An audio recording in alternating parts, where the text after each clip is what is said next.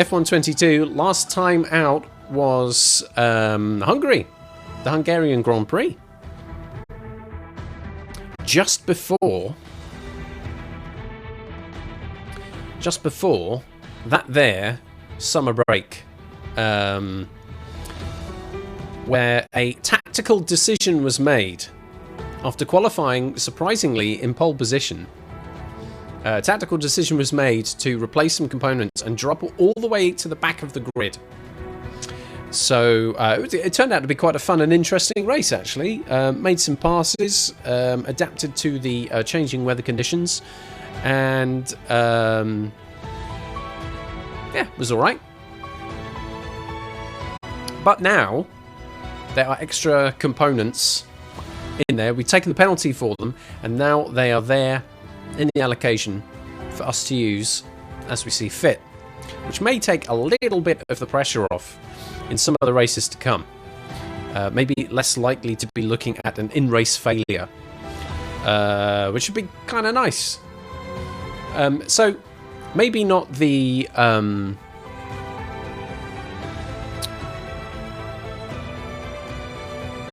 thrilling kind of race to victory, or kind of holding back someone trying to steal that lead away from me. But maybe, just maybe, here in Belgium, Spa-Francorchamps, my favourite circuit, luck will be on our side. We can have a good one. First things first, though. Is there anything new in the item shop? Goodness me. That's actually quite pleasant. But I own it, the buck. There. We got this. Crikey, look at that. Those things which I hate. Oh, and... Oh, yeah. Happy holidays, one and all! A bit late, mate. State of this.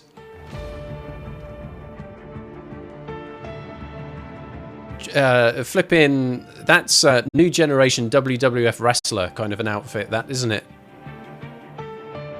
Vince McMahon months away from bankruptcy there.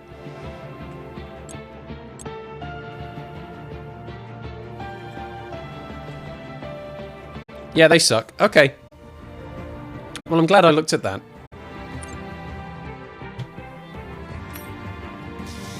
Let's remind ourselves where we currently sit in the F122 season. Skip, 118 points, 7th in the driver's standings. Because of that drop towards the back of the field in the last race. No points scored. It means I have been overtaken in the standings by my rival, I believe, Sergio Perez, who I will need to beat today to get back up into the top 6, I am sure. Let's get it loaded, and we'll head towards team headquarters.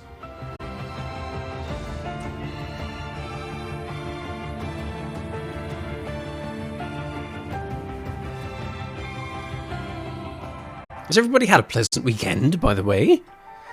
Oh, I've had a lovely time. Ooh. If the weather was nice enough for you to get outside, I hope you did it. I did that today, and I'm glad I did, really. Right, so here we go at Team HQ. You may recall we had quite a lot of success with the research and development. Every single component which was ordered came through without issue. So part of our practice sessions coming up will be feeling the benefit of those upgrades.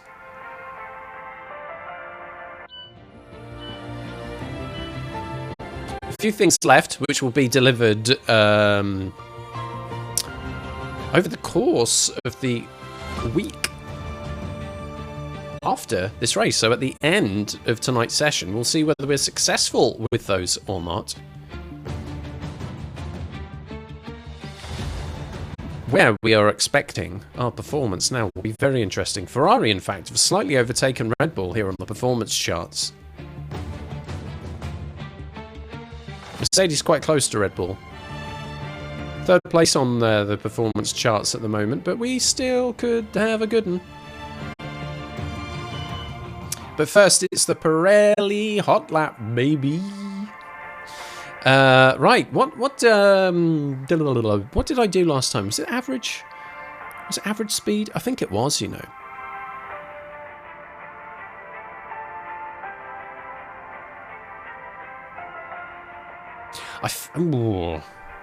Do I give... You know what?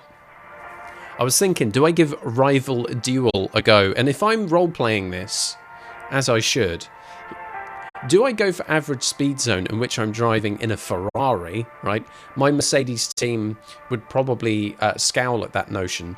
Or, in the Rival Duel, Mercedes AMG GT Black Series. Seeing as I am the man in black this evening. That does seem quite suitable. Yeah, Gilly fam. Yeah, jeez. What would be more stressful though? The stress of having a nice time, or the stress of having a terrible one? Oh god, I'm gonna have a terrible time, or oh god, I'm gonna have a nice time. The jury may be out. Anyway, you get to recover from that by having this nonsense up on the second monitor. Rival Duel, then, I think will do. I'll get myself into the driver's position. And we'll see if I can get this done in one.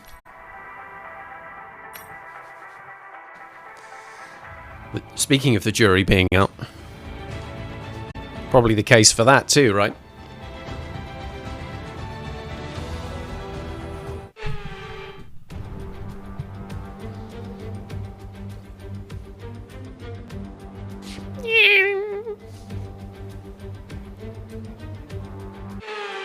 There we go. Giddy Fam says when he was small, he used to go to football in an all-black tracksuit. They called you Blackadder. If it was an Adidas tracksuit as well, that's even more kind of or Adidas, I should say, because like then you've got the ad in there as well, haven't you?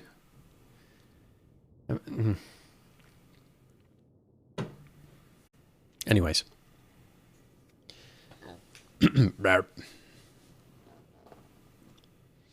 Patrick Stewart's suit. Okay. Challenge targets. There are different medals issued based on how many wins I can make in these 3 rounds. If I win all 3, which will unfortunately have to include overtakes, then that is 1,000 on the driver acclaim. 2 wins, 500, and 1 win, 250.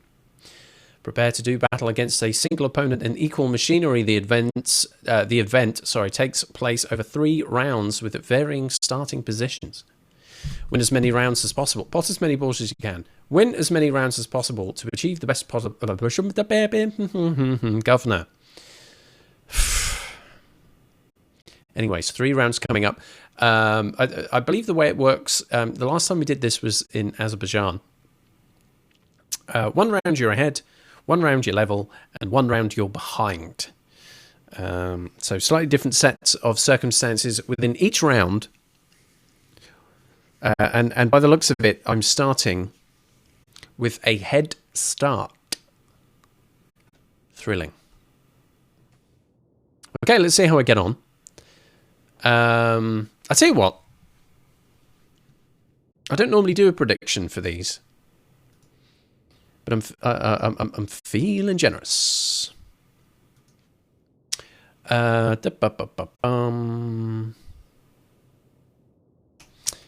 So if I go...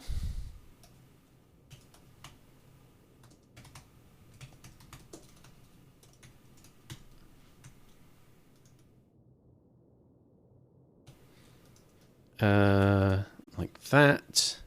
So gold, silver, and bronze. Basically, we're going to, and you know, I've done this before, and I've gone, oh, bronze. I think I could do better than that. Now that there's a bid on, I can't really do that. So I will have to honour this. Anyway, let's give you two. Like I've got a long evening. I better hurry up. I say. Then spends 2 minutes on getting you to gamble on whether I get gold, silver, or bronze in the Pirelli Hot Laps challenge. Gives you an opportunity, though, to increase the amount of engagements you have. Yes, a little cheeky gamble. If you have been paying attention through the course of this season, you'll know I don't hit gold very often. So take that into consideration. Blackadder included. A little over a minute left on the prediction. We've already got a little bit in on gold and a lot in on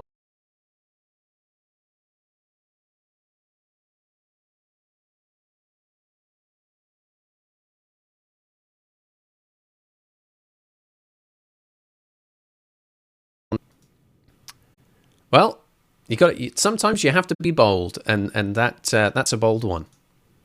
Could be correct. Who knows?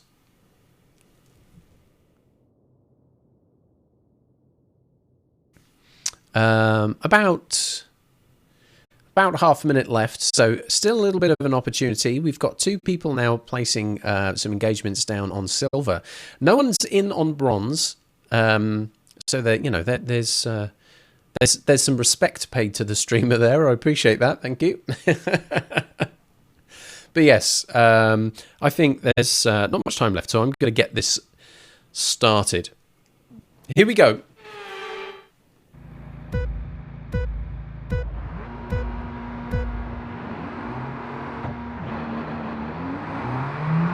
So I get my head start.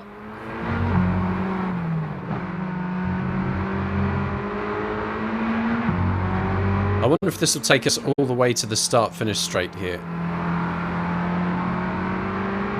We should get a nice little bit of flat-out driving.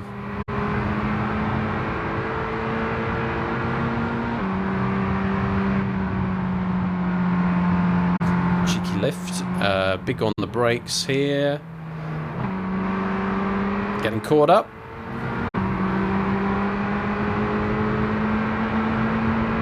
After going hard on the brakes.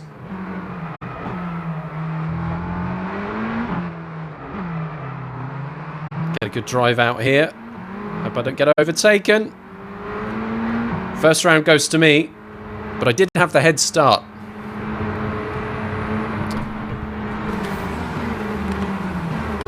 Things will get trickier from here.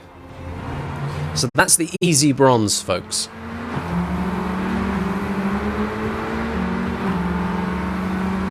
I need to be faster. Side by side.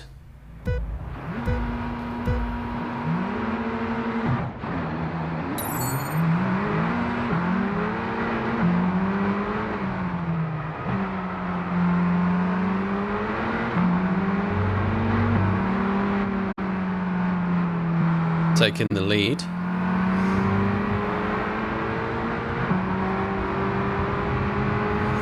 Now, I need to be a lot quicker in these corners coming up.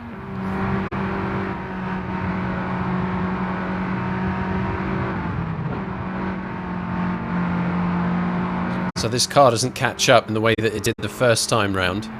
It's not breathing down my neck quite so hard, but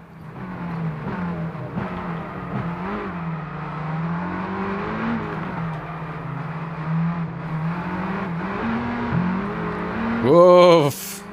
Well, that's 2 wins. There's your silver.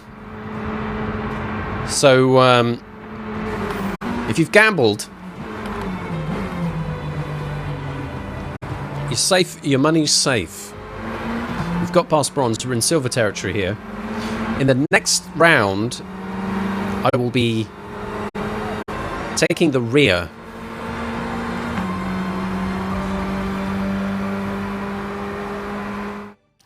So now I have to try and pass them. Will Tremblay be trembling in this round?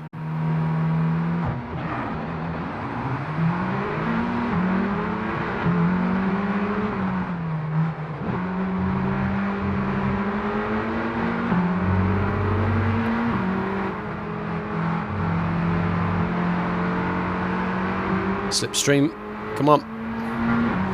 You going to defend here, or are we side by side?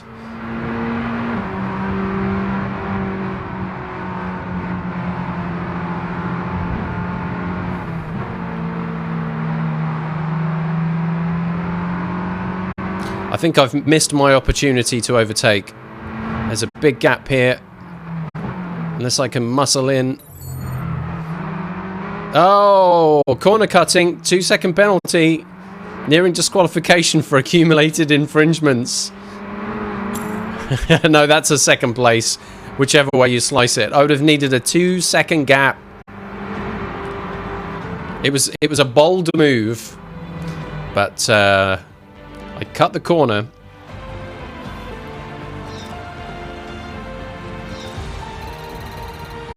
And got a slap on the wrist.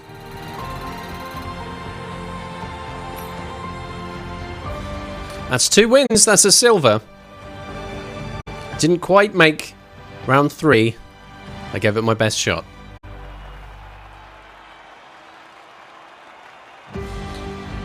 Listen to that lovely music again, shall we? As I pay out on the prediction, it was silver. Amberswan, congratulations, you get your engagement back plus a little bit more. 5, it's a magic number. Also takes the victory there. Commiserations, Gilly fam. He's probably got plenty to spare.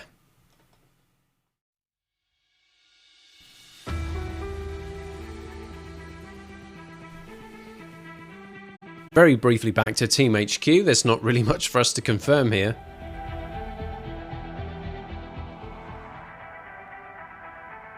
Just the race weekend to confirm.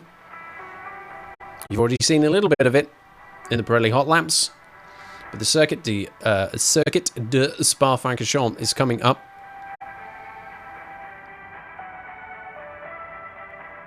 Shaped somewhat like a laser pistol there, something out of Star Trek.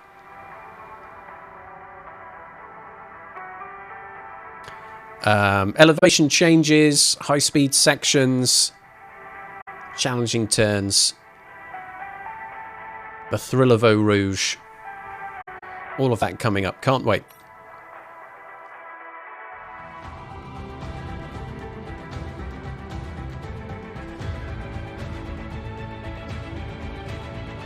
Giddy fam's comfortable. Yeah.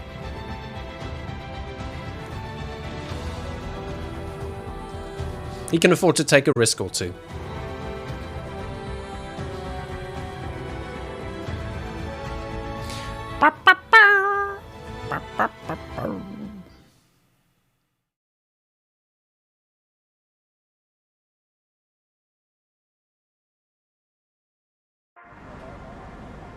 Well, where do I start? The workstation, as always, gives us our first glimpse at the weather conditions for the weekend ahead. Well, qualifying and the race is dry. Practice 3, though, could be a washout, which puts pressure on both practice 1 and 2 in terms of being able to get as much development work done and also some hot lap practice. Let's take a look at the messages. Cheeky update there from Francisco. That weekend preview tends not to offer us too much. It's a courtesy. Let's put it this way. If we hit one race weekend and it wasn't there, everyone would wonder, what's up with Francisco? Are you feeling okay? And as I said earlier, Lots of developments have been completed. This email confirms it. Side pod profile, control electronics, improved materials, fuel injection system, energy store cells, air filter. 3 for the powertrain, 1 for durability, 1 for aero. This is a circuit where actually aero is quite important. So, yeah, Jackie, that's nice. Weather forecast. Good news on the weather front, says Mark. Looks like both qualifying and the race are going to stay dry. You can take a look at the latest weather report for yourself. One less thing to throw a spanner in the works this weekend. Qualifying, dry if overcast. So maybe not the peakiest of track temperatures, but don't forget, of course, qualifying is on the same day as practice 3, and it was absolutely chucking it down in practice 3. So it does make sense that we would still be looking at overcast conditions. Race itself. Cloudy spells or sunny spells with clouds, depending which way you want to define that particular weather condition throughout. So we can definitely just concentrate on throwing it all out there on track and not having to worry about what the weather is going to offer us.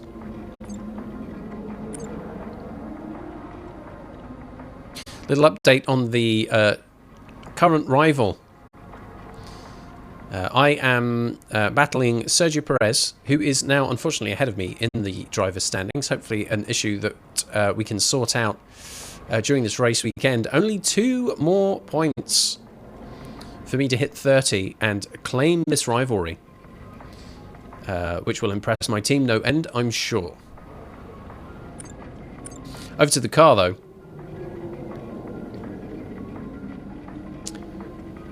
And as we are in practice 1, I will consider whether I go back to any of the aging components.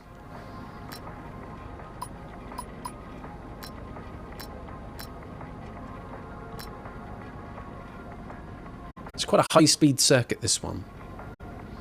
So I need to think very carefully about this. Would I want to throw all of the old stuff on there? I'm not sure.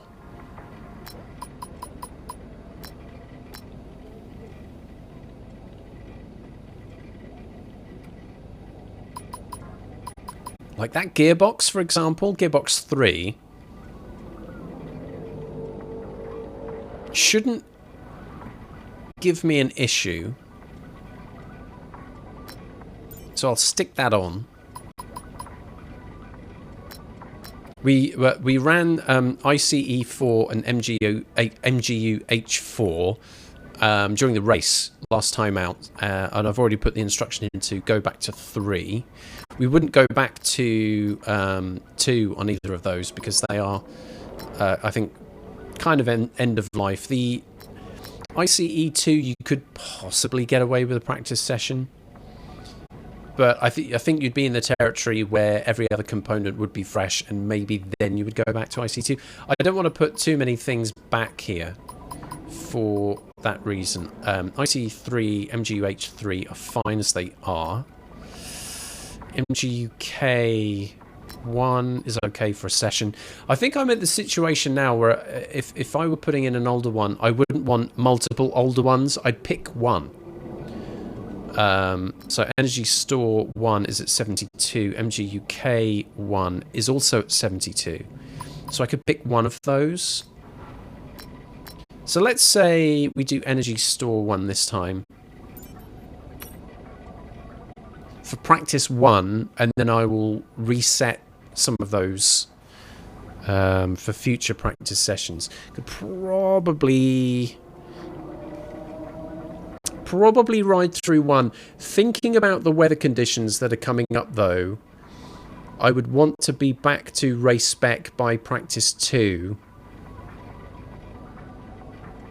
anyway, because practice 3 is not going to be particularly reflective of qualifying or the race. So this would only really get us through this next session. Okay, decisions made then. Practice 1 and 2, sunny, qualifying, and the race nice and dry. Practice 3, potentially a washout. So these next 2 practice sessions will be critical. Let's make our way then to practice 2. Or 1, in fact. Jeez. More coffee, Steve. More coffee.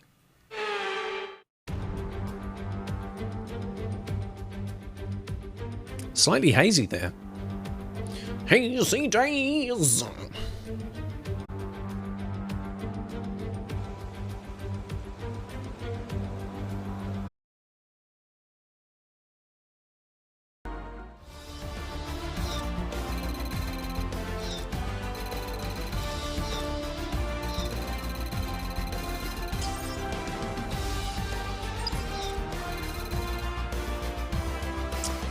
There we go. It's nice to win a free nothing. And with all the cars now over the line, let's see our top 3 again. Norris, Leclerc and Skip. And if today's practice session is anything to go by, we're in for an exceptional weekend of Formula 1.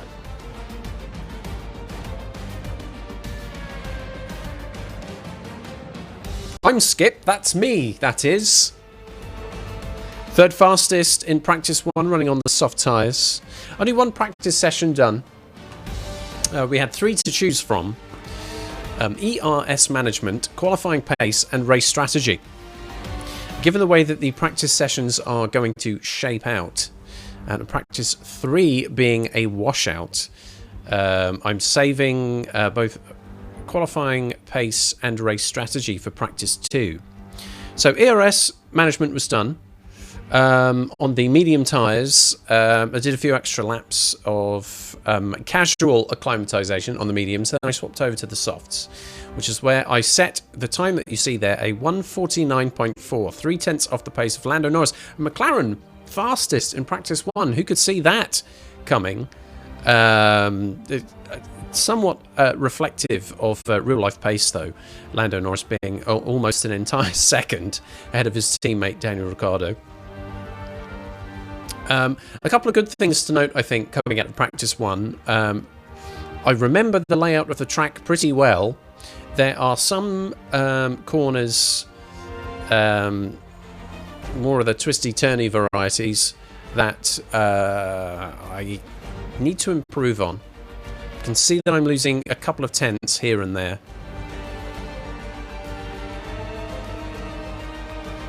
So that's something to work on. But I am ahead of both my teammate, Lewis Hamilton, 5th fastest in that session, and my rival, who I only have to beat by 2 rivalry points in this weekend. So hopefully that'll be easy peasy. Sergio Perez, then my rival, 7th fastest. Good. Improvements to make, practice programs still to do, but a positive start to the proceedings. Let's move on.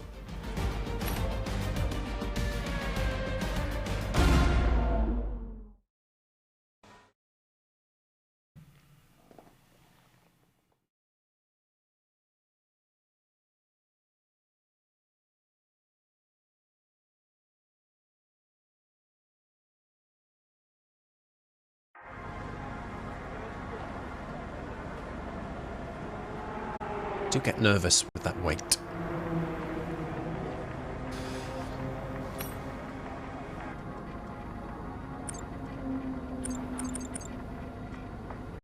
So, we're getting ourselves updated to race trim, energy store, gearbox, being brought back up to their freshest versions. It's that rover I'm talking about. Not much to do. So nothing really to concern ourselves with quite yet here at the workstation. But we do have practice 2 to come, where the lion's share of the practice program work is going to be done.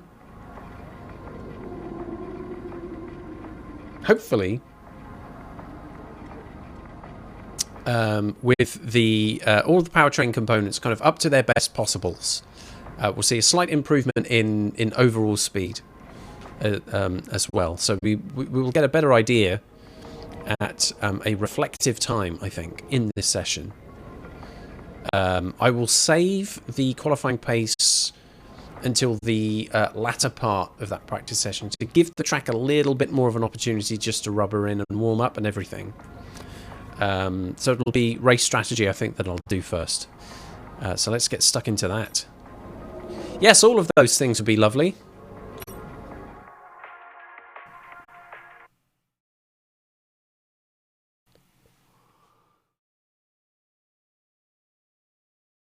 I think. Oh.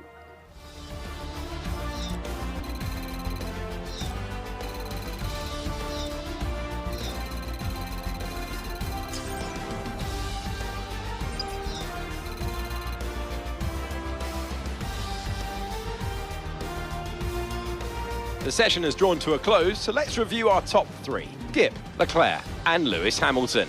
What an incredible practice session. The fun doesn't stop here though. Join us again as the rest of the weekend unfolds.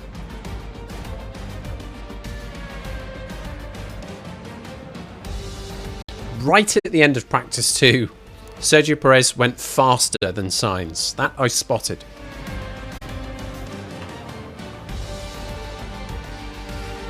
Okay. I think maybe, unless Charles Leclerc was trying, I think maybe I was the only car in practice 2 who attempted qualifying pace practice looking at the gap.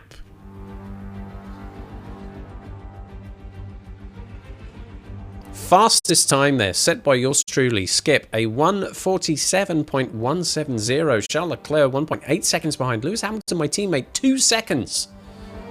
2 seconds behind on soft tyres. I think there were probably quite a few cars out there on more race strategy stuff. I think that sort of aligns with the kind of times I was setting in race strategy anyway, which is probably like the 150s or the low 149s. Full marks, full resource points now. All 3 practice programs done within the first 2 practice sessions because, as we've covered before, free practice 3 will be very wet. Not really much opportunities to do anything particularly representative in that session. We'll see what we can do though.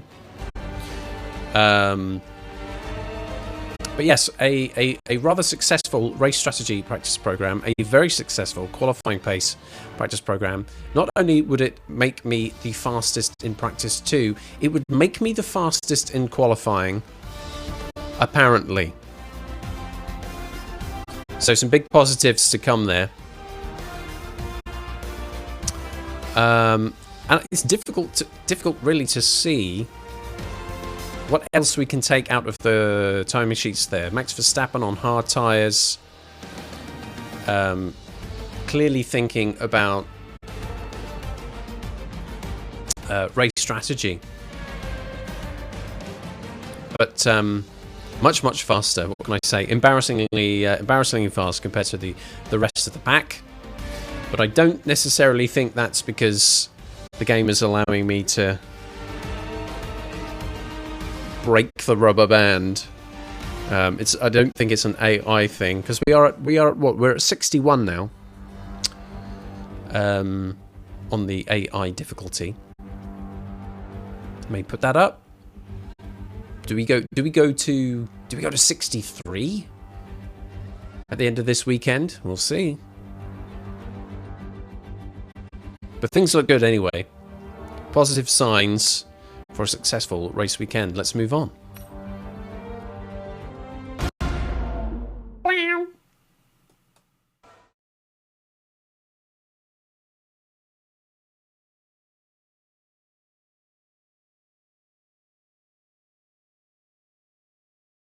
Tumbleweed. Here we go. So, practice 1 and 2 done. That's Friday out of the way. Saturday morning, here we are, and it's going to be raining. Practice 3 will be a N washout.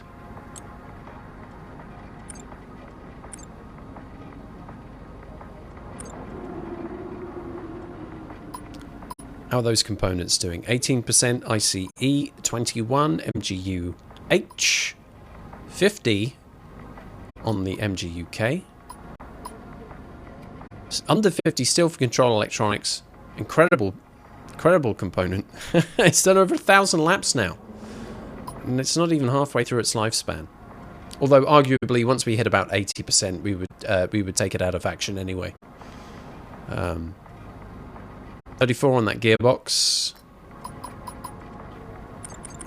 Right, this could be quite a short practice 3, I think. If it's really that wet, we're not going to be able to get anything that representative out of it.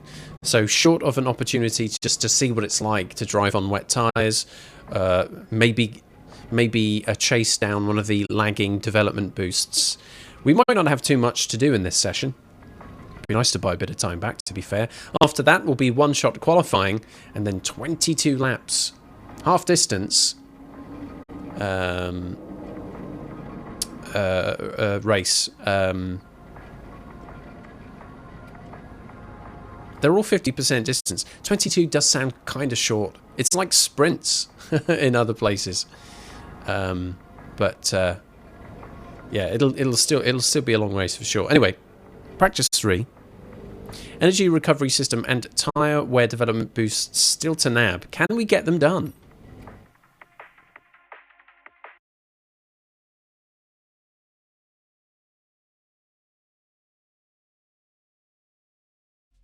Yeah.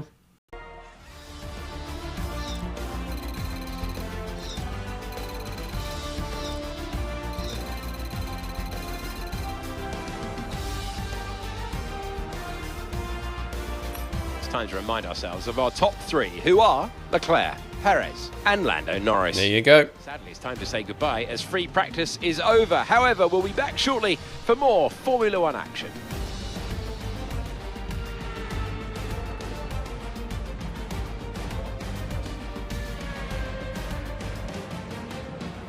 Bit of a nothing session, that one, really. Because it was tipping down with rain the entire time. It's still raining now. Qualifying, though, overcast, but meant to be dry.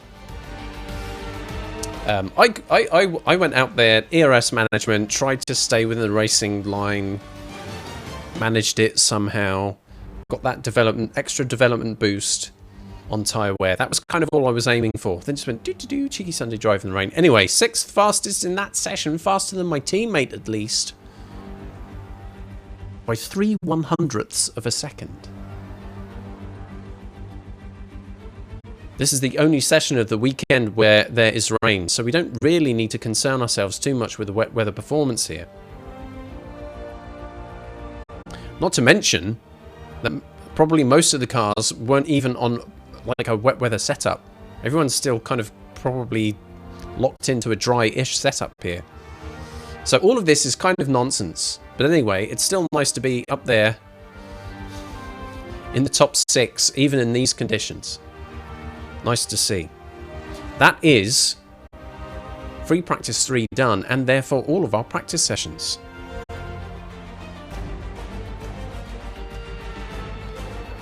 Coming up will be confirmation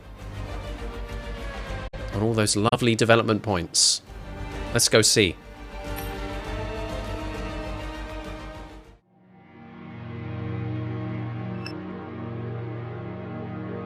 Ah, I beat Lewis. Take that. Awesome. And here are our development boosts. Let's have a look at those juicy discounts.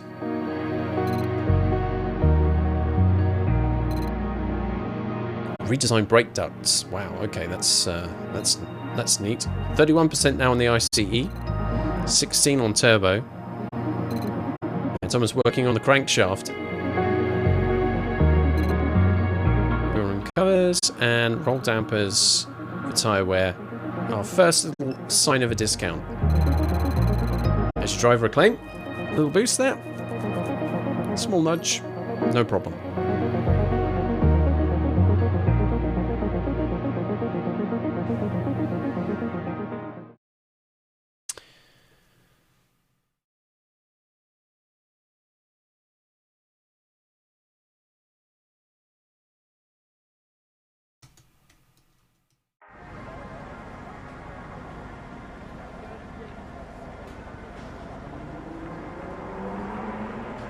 Okay.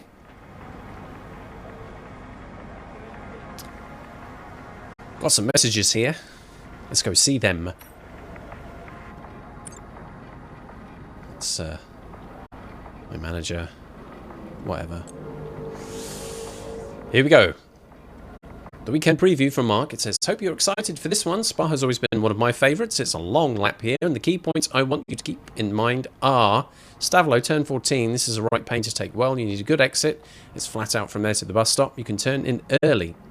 Once you're lying on the entry to Eau Rouge, it gets a bit bumpy. Yes, and I've seen that. It's also a bad place for an accident. If you're turning in at too steep an angle, make sure you lift. Good tips all round. And that's kind of it, isn't it? Qualifying is next. Might as well just get on with it. Always work the crankshaft. That's it.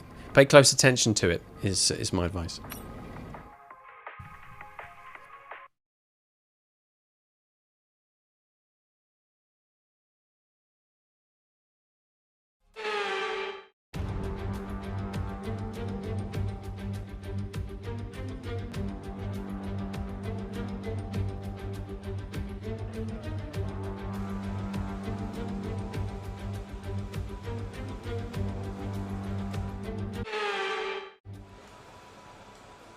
Okay, prediction time. One-shot qualifying. The rules are this. You would have seen in practice sessions, and you will see in the race. If I make a really dumb mistake, I will use a flashback. In one-shot qualifying, I will not do that. Instead, I will restart the entire lap.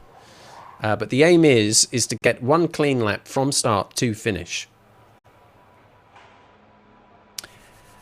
And we'll have a prediction. 2 minutes. Get those engagements warmed up and ready to spend. Because your prediction starts now. Here in Belgium, where will I qualify? Your options are on pole. Will I qualify at the very front? Or option 2, the rest of rows 1 and 2, positions 2 through to 4. 5 to 8 will be taking us through rows 3 and 4. And then positions 9 to 10, effectively the rest of the pack. So definitely focusing on qualifying near the front of the grid this time round.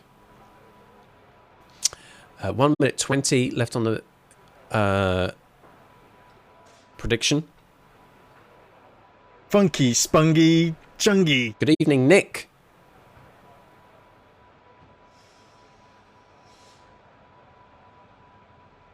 One minute left on the prediction. The gamble looks like this so far. Nick's side, 8,600 on pole. Very bold. Gilly Fam has put 1,000 engagements down on a pole position here in qualifying. Amber Swan, all in, 418 engagements on positions 2 through to 4. Nobody on 5 to 8. Nobody on 9 to 20. Here's a tip. Put down 10 engagements on 5 to 8. If you've yet to gamble, you never know. If you lose, you only lose 10. But if I really screw up, and I'm in there, the payout you'll receive. Right. That prediction is now officially closed. And I have one-shot qualifying, a hot lap coming right up. I stand for a full house. Let's see if I can do this in one. Lol, no chance. Let's go.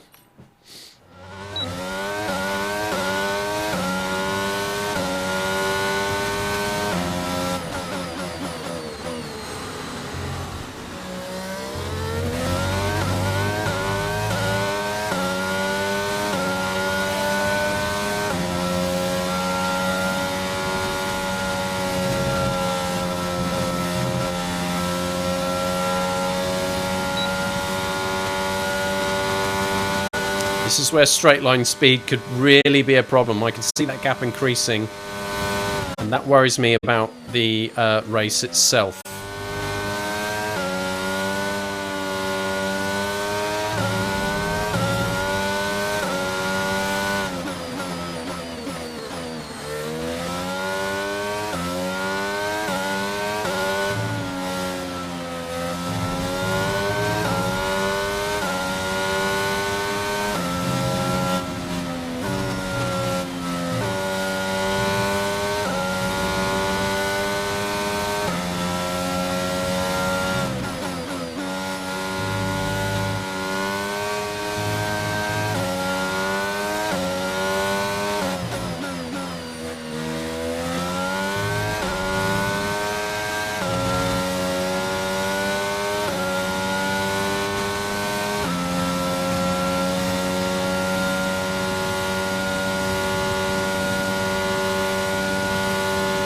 Not the cleanest of laps.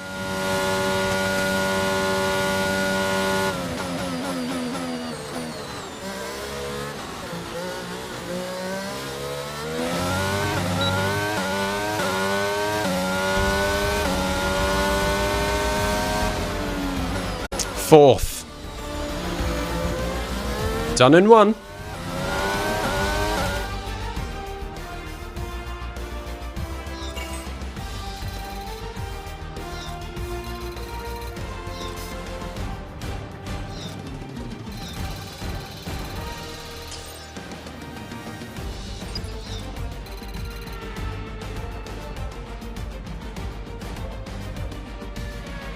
And with qualifying complete, let's review our top three today. Hamilton, Leclerc and Carlos Sainz. With qualifying complete, all that remains is the main event. We'll be live and uninterrupted for the Grand Prix tomorrow, so make sure you join us then.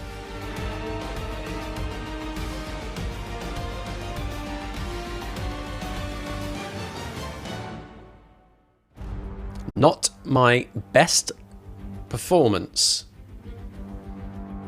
Not quite on the racing line.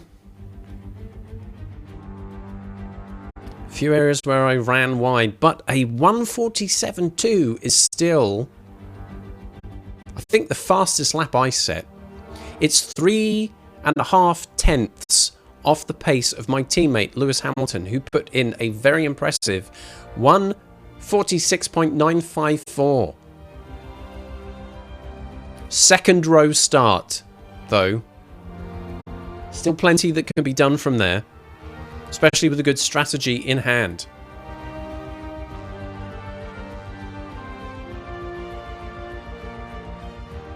So the two Mercedes are split by the two Ferraris. Charles Leclerc 1:47.0, Carlos Sainz a 1:47.1. And even though in Sector 1 we saw the ghost of Verstappen way further ahead, as that lap went on, the gap was closing, right? Sergio Perez, Max Verstappen, though. Look at their qualifying times. Perez, a 1:47.7. Max Verstappen, a 1:48.0. He's an entire second off his championship rival, Charles Leclerc. What happened to the Red Bulls today? What was up with their setup? Where were they losing out? And do they have an issue in the race?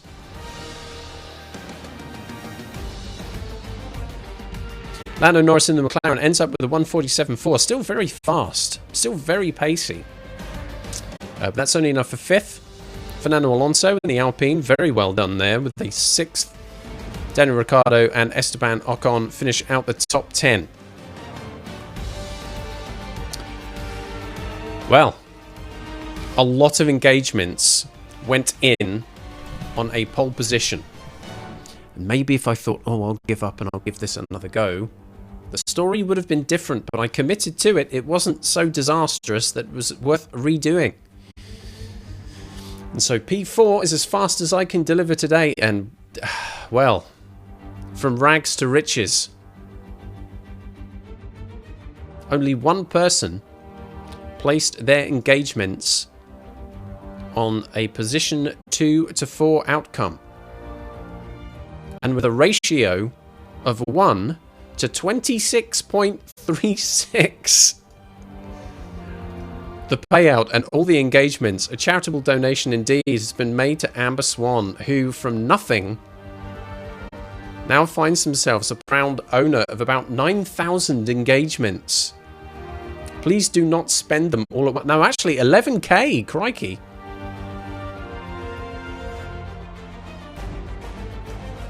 Please do not spend them all at once.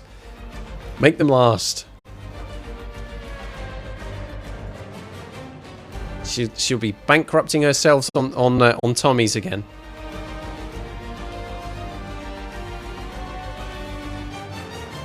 Anyways, that's the payout done. Congratulations once again, Amber Swan. We've got the race next, and of course the pre-race P, which I'm very much looking forward to. We might get a little bit of outcome on the rivalry stuff as well. But yes, we are very much in the business end of the race weekend now. I cannot wait to see what the race will bring for us. Let's advance.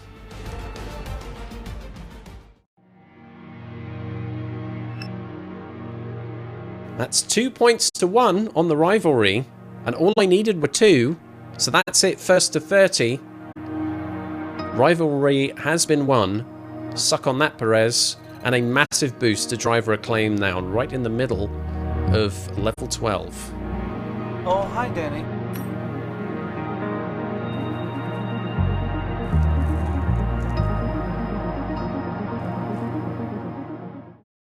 A Tommy trophy there indeed. Well done again, Amber Swan. Bold, brave, also correct.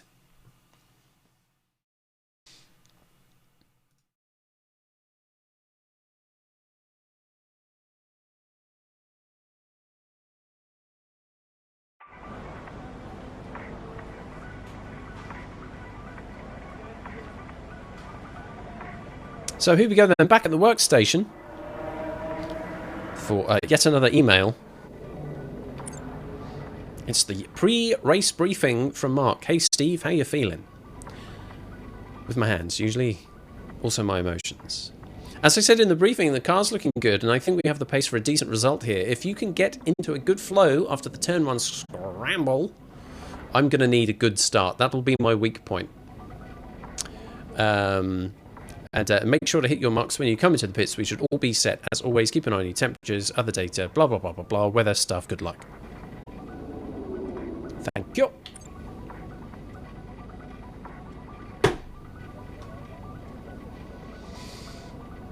The practice done. The qualifying done. The race to come, we'll be able to take a look at the race strategy and get our race gamble underway. 22 laps. Doesn't seem like much, but when each of those laps is close to 2 minutes long, you can see that we're in for just as long as a race as we would have anywhere else. Let's get that ballyhoo underway.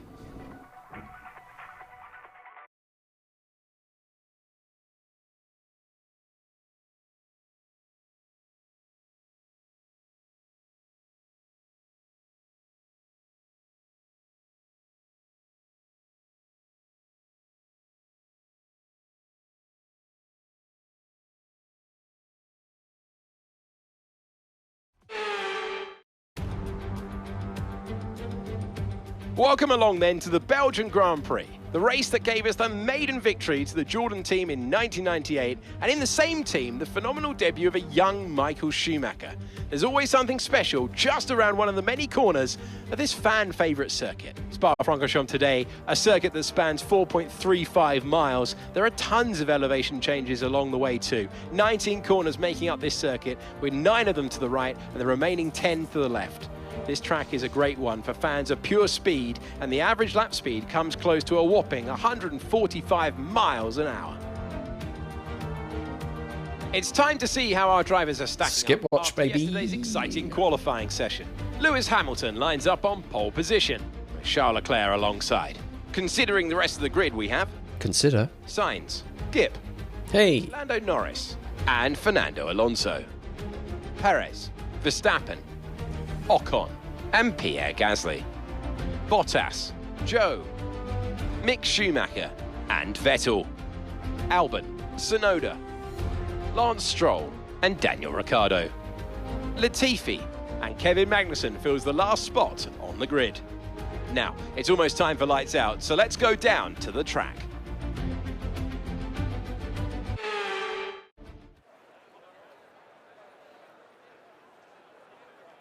Wow, usually there's a, oh, tell us what you think of the things, second commentator. Well, here's one of the 3 things that I've recorded stuff being said. I'll say it. No, straight to the grid. That caught me by surprise. Next site here. Yeah, pure speed, most important, right?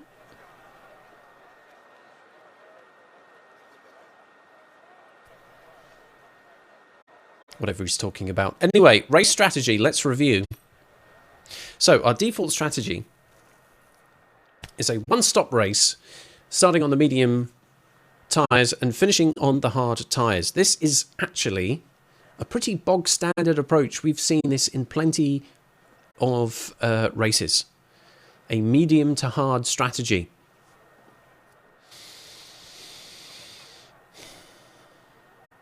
The alternate strategy is to start on soft tyres, and before you've even got yourself into a rhythm, you're going to have to come in and change to mediums.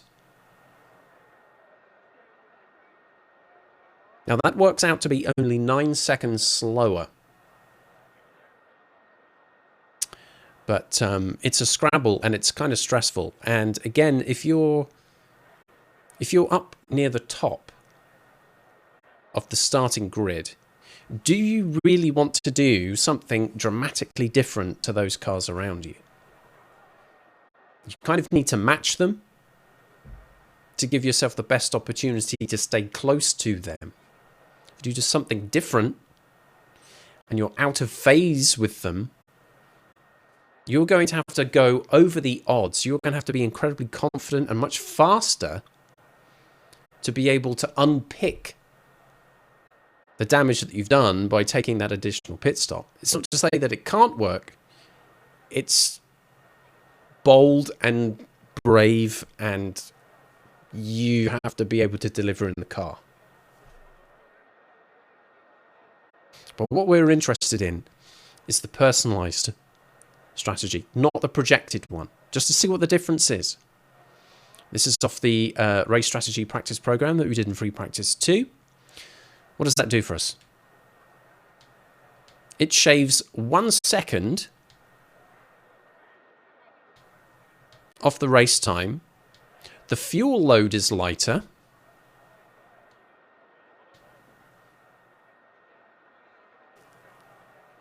But crucially, less tyre wear. That means a noticeable increase in lap times on the medium tyres. The drop-off is less dramatic.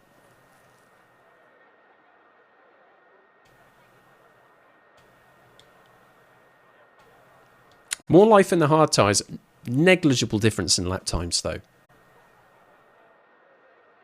You can see this interesting phase specifically on the medium tyres. So this is the second half of the pit strategy here, the white, where the dotted line shows you after maybe 3 laps, your kind of initial performance goes up a bit and then sort of hovers there and starts to drop back down again.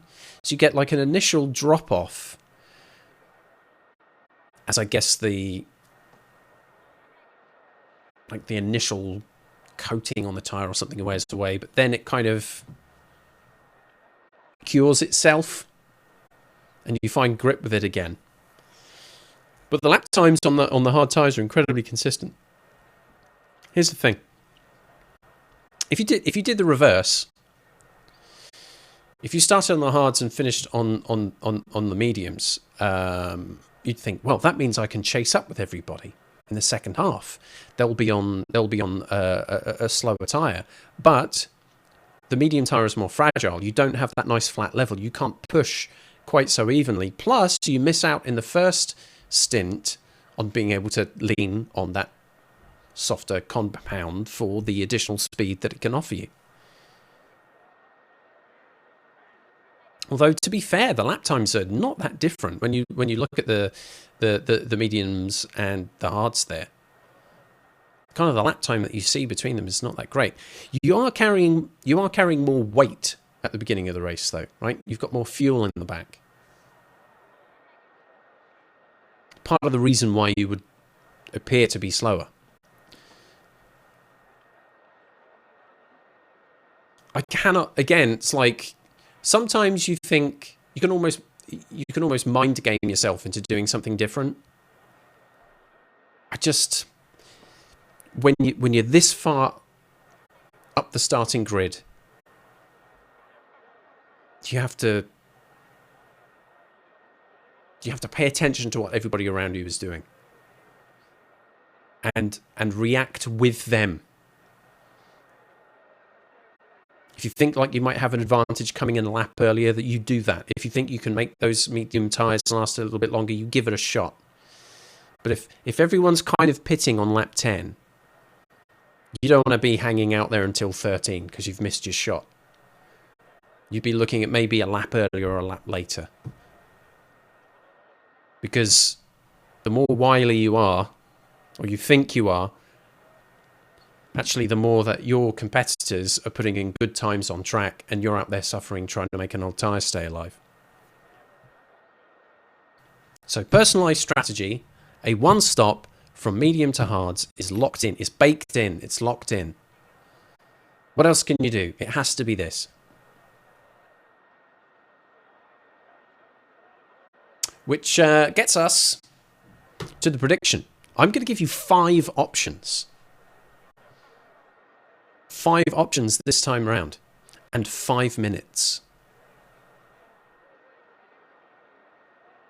Just checking all my numbers make sense here. Yeah, they do. Okay. Your 5-minute prediction on the race outcome starts now. Where will I finish in this race? Will it be a race win? Can it happen? From 4th on the grid, don't forget. Will it be a podium finish, right? Positions 2 or 3. So not a win maybe, but still up there receiving a trophy. Positions 2 to 3. Or will it be positions 4 to 6? So still up there in the top 6, which is where I need to be. Or positions 7 to 10. So the rest of the points paying positions. After that, it's the second half of the grid. 11 to 20. Hopefully it's somewhere up there in the top 6. From 4th on the grid, it can go either way. There is the possibility of being able to take advantage of pit strategies, maybe overtake a couple of cars on track and find our way forward into a podium position. It's just as easy to find ourselves a victim as a couple of faster cars behind get to catch us up and we drop back. But I'm hoping somewhere for a top 6. Be an interesting race, this one. Just under 4 minutes of gambling to go. Please do get those engagements in. If you've been lurking or you've not really thought about putting some channel points in, take your shot, have a go. It doesn't need to be much, 10, 20 engagements. And if you're right, you could get a nice juicy payout, just like Abaswan did in the qualifying one. But for now, it's time for the pre-race P. There will be a brief break as I go away and get rid of the fluid-based urgency that I'm feeling right now. There'll also be a little ad break, and then when I get back, uninterrupted with any luck, we will have at least 3/4 of an hour of racing with the Belgian Grand Prix. Do stay with.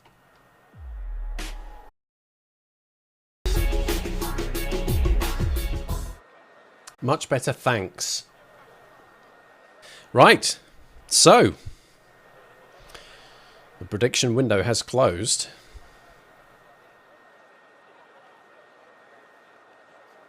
Let's take a look at the summary. Jeez. Nick's gone in big for a race win. Very bold. Over 10,000 engagements on a race win there. 90% of the wager. Then we've got Giddy Fam. 1,000 down on a podium finish. Positions 2 or 3. Amber Swan, though. 166 engagements. Now, considering how rich, right, that last gamble, that's still quite conservative. Makes sense. Amber makes all of those engagements of the qualifying bet. Doesn't want to just then throw them all back into the next bet, right? Just dropping a little bit, but playing the odds. Because what if I do finish in positions 4 to 6? Well, then she's taking another 11,000 engagements. Also, Mary Dave, and hello, Mary Dave, thank you for being here. 1 engagement on positions 7 to 10, and what a day it would be for him if that's where I finished up in this race.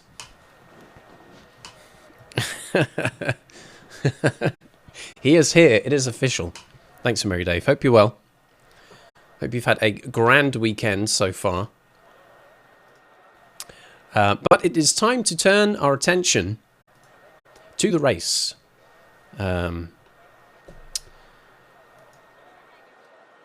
Starting 4th. We'll need a good start here. It's a short run to turn 1. And then a very long run after that at full pelt. 5 missed the betting. I'm not redoing it. Look at it this way. You might not win anything, but you haven't lost anything. So that's not a bad thing. So I'm going to get myself into race position here. Easily 3/4 of an hour of racing. Depending on accidents, flashbacks, tomfoolery, it could be even longer than that. But it feels like I'm starting a little bit earlier than normal. So let's not waste time. Let's see if I can finish earlier than normal. That'd be nice. Thanks, Wet Practice 3. You've helped. Anyways, here I am in race position. Let's swap over. Rules as always, of course. In a race situation like this, I'll do my best to keep an eye on chat, and I'll respond as and when I can. But please bear in mind, it's you know, this driving stuff. It's difficult. We have the formation lap to come, and then the race. So let's get this started.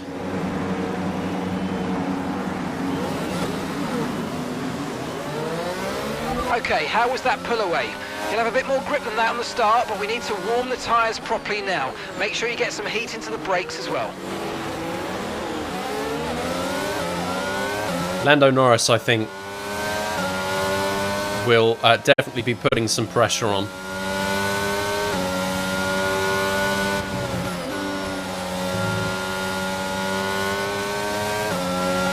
On that race start. I think Alonso could have a good start as well, actually. Let's get this microphone in a bit.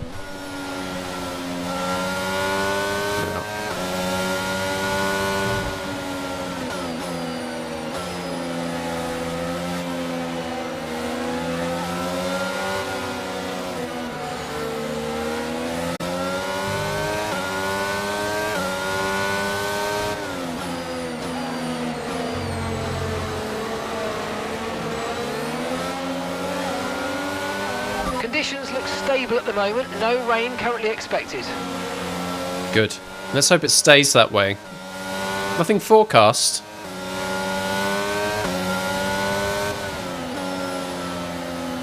Takes a while to warm these tyres up on this track.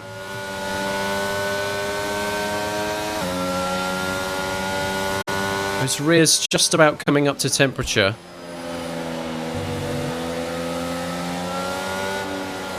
How are those fronts doing? Those fronts are looking alright now, actually. Brakes are good.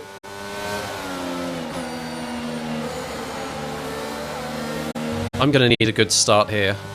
My race starts have been a very, very weak part of of the game so far. As is parking. Parking on the grid.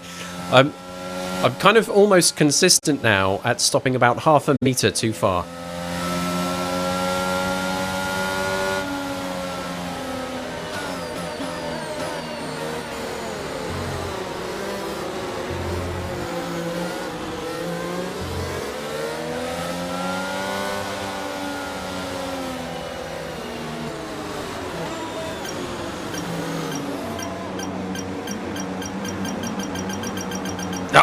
Still. Best placement there, mate. Let's try and get a Video game. Keep it on the lights. The start sequence. All right, here we go then. This is it. Be ready with the clutch. 22 laps coming up. Probably an awful start.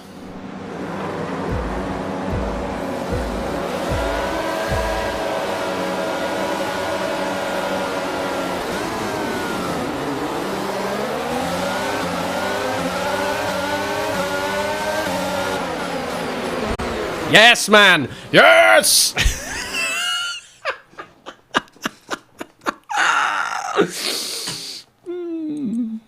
Always a bad start. It wasn't too bad. The wheel spin wasn't too bad. Not so sure about the turn, though. Let's do that again.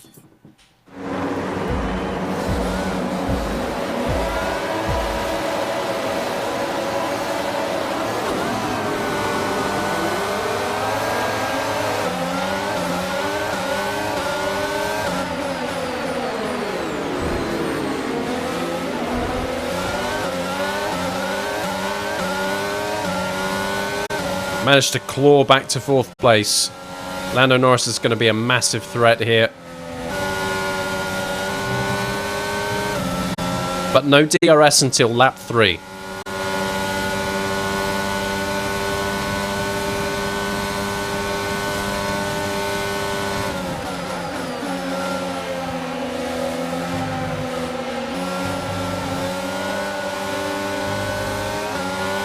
Okay, we've held position on lap 1. That's not great, but it's not terrible. Stay focused. Mate, it could have been a lot worse. I was down to like 7th at turn 1. Right, Norris is very close, and I need to close the gap to the cars ahead if I want to feel in control of this race at all. So a lot to do in these first couple of laps for sure.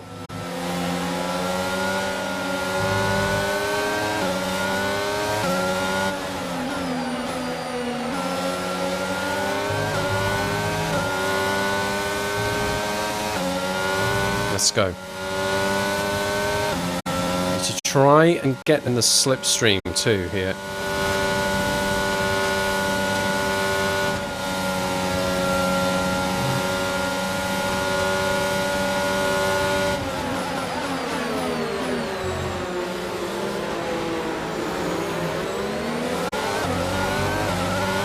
Right, caught Leclerc napping. Great manoeuvre. You made it look so easy.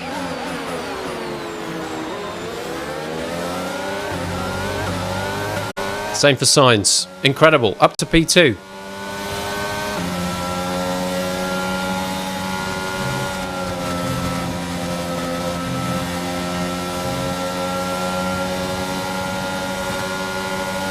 Stay behind Lewis. Let's not do anything stupid.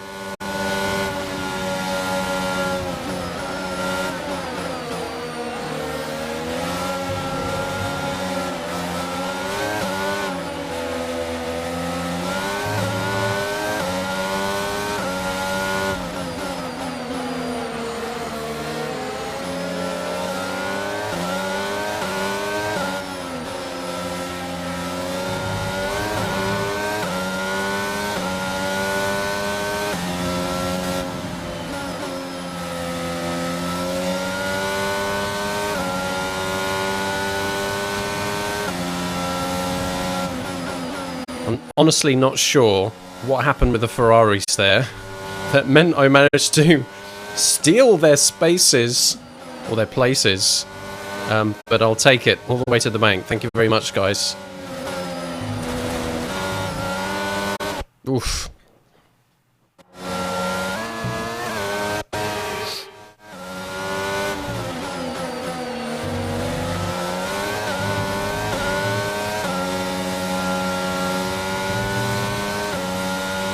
Now the question is can they close that gap?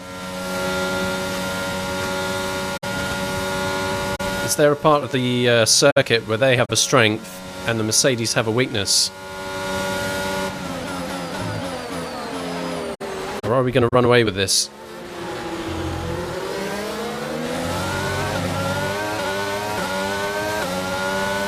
Fastest lap me. This lap, we can use DRS when you're within 1 second of the car ahead and in the DRS zone.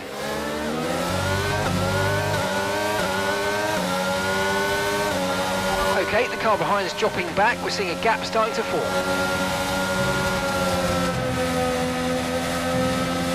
So close.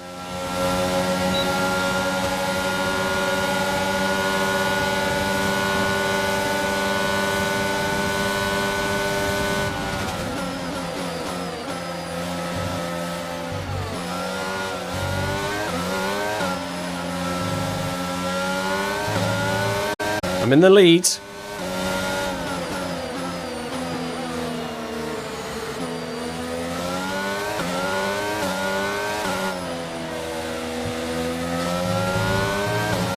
Wasn't the cleanest into the right left flick, but well, let's see what we can do with it. Lewis will definitely be keeping me honest. And of course there's DRS now as well, so that presents its own issues once we get to the end of this lap.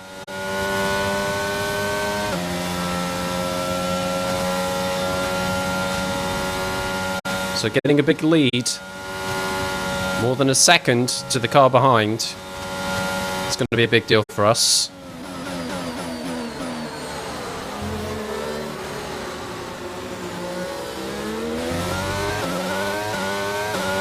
But I didn't see this coming, honestly.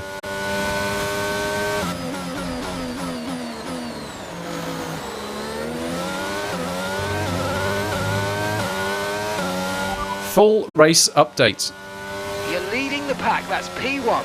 That's Lewis behind you. Okay, the gap behind is 1.1 seconds. And that's 6 laps until your pit window's open. 19 laps to go. Well, well, well.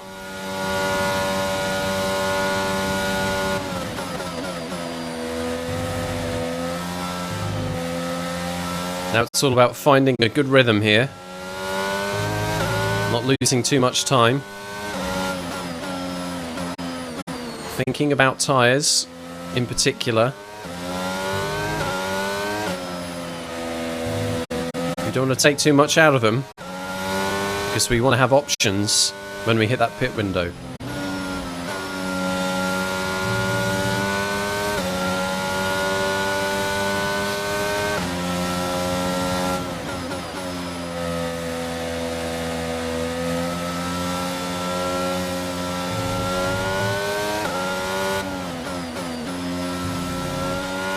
Let's use overtake and burn off some of this energy. You betcha.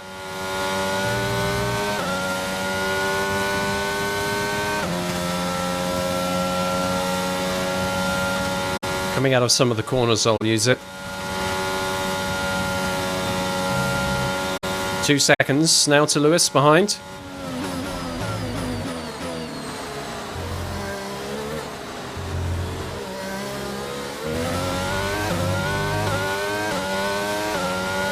And a fastest lap again.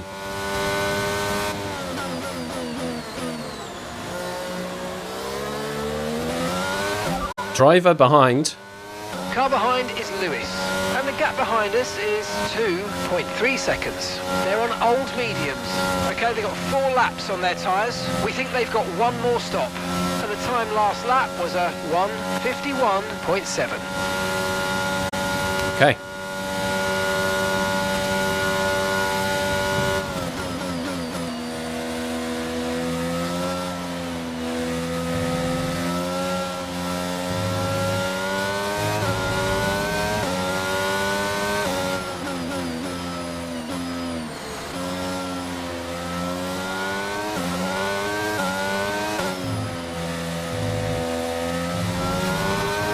Let's go. 2.5.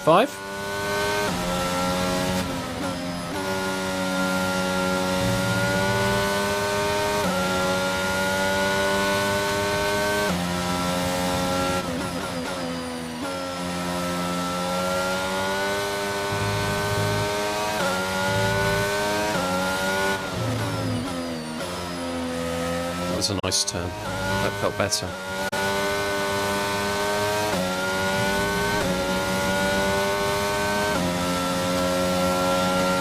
Still plenty of battery. Not many corners where you really feel much benefit. You need to be in the low gears really for it to help you.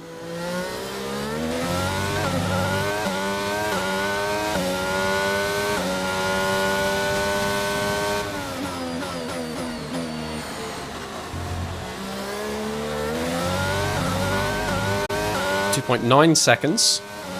3.2. Wow, that was a good drive. Good drive out of turn 1.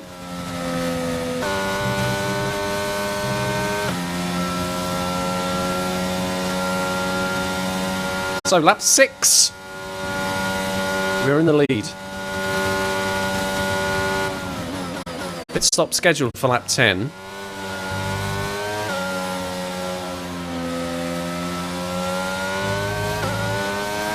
Tyres look okay so far. Tyre status. Okay, no issues with tyre wear for now. Keep taking care of them.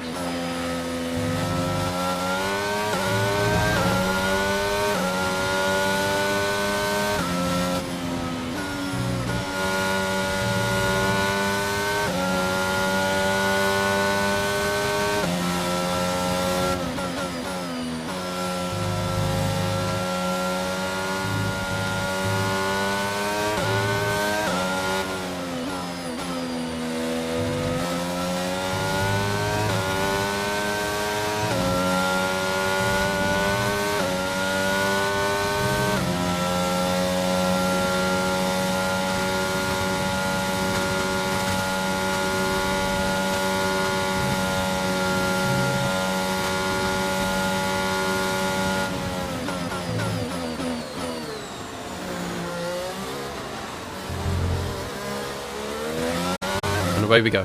3.7. Okay, be careful. We think you're going to start losing some tyre grip anytime now. Okay, so we're leading our teammate by 4.0 seconds. Yes, man. This is the time to do it. You have to start lifting here just to be wary of the tyres through Eau Rouge.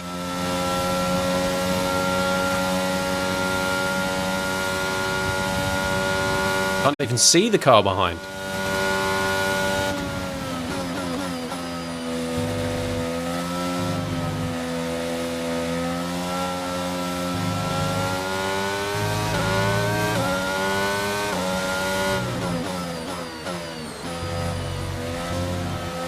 Careful on the curb there.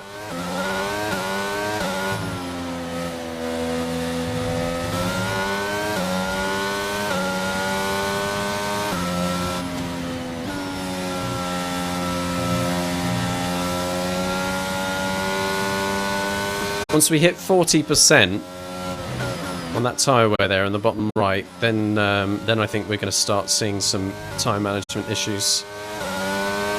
Almost 5 seconds now to Lewis behind.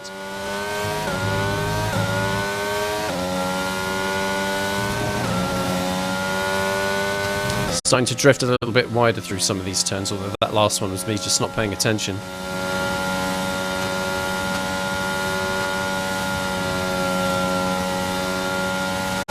Lost a bit of time there, I think, too.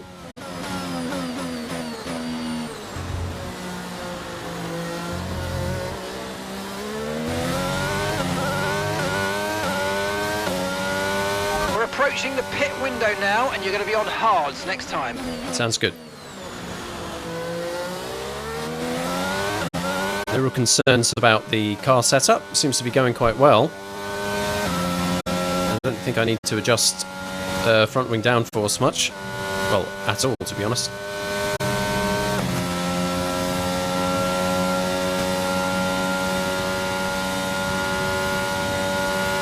Yeah, losing a bit of time on the straights. Not a huge amount, but a tenth or two.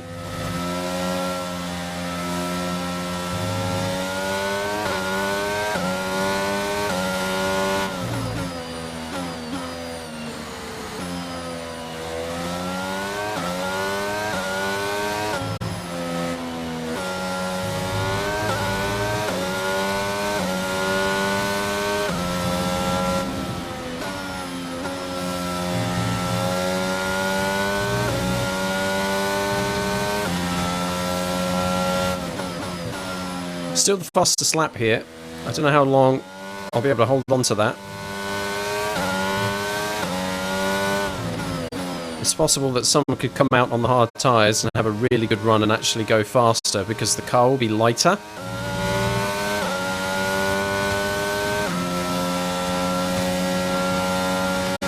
But the fastest lap is worth an additional point. Could be a big one here if I can hold on to this first place. And get the fastest lap, that's 26 points. But we've got a long way to go. Lap 8 of 22.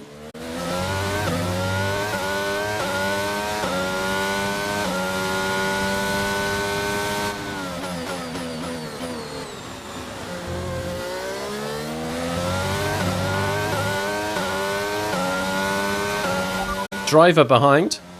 That's Lewis behind you. Okay, so the gap to the car behind is 5.5 seconds. They're on old mediums. Their tyres are 8 laps old. We think they've got one more stop. Time last lap was a 1 minute 51.8.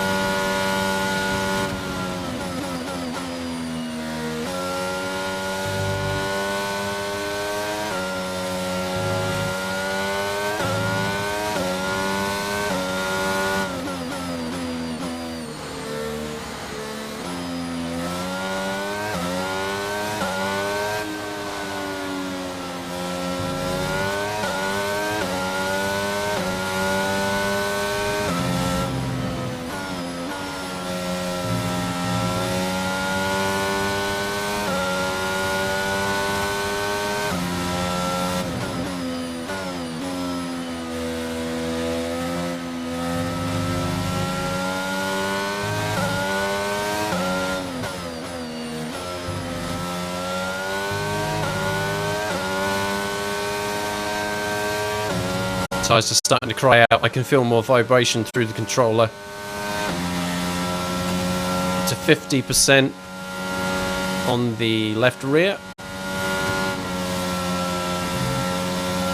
Maintaining about a 5-second gap. That could drop back.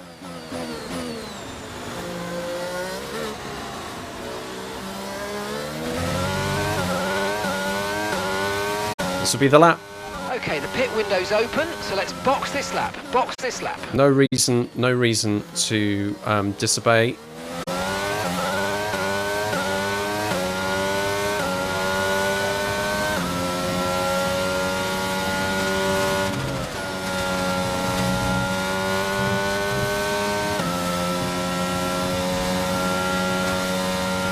Fuel looking okay. Plus 1 lap. It's possible that there'll be a couple of cars that decide to stay out a couple of laps longer.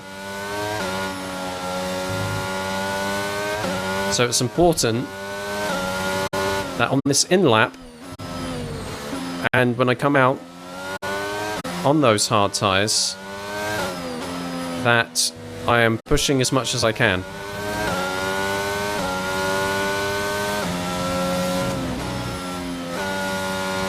It's going to be difficult coming out on the hards because they will not be up to full temperature.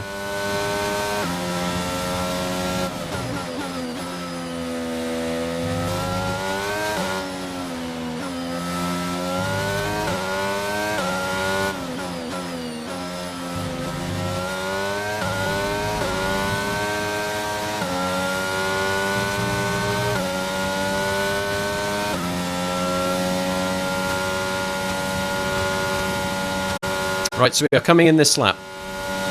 Just change onto the hard tyres.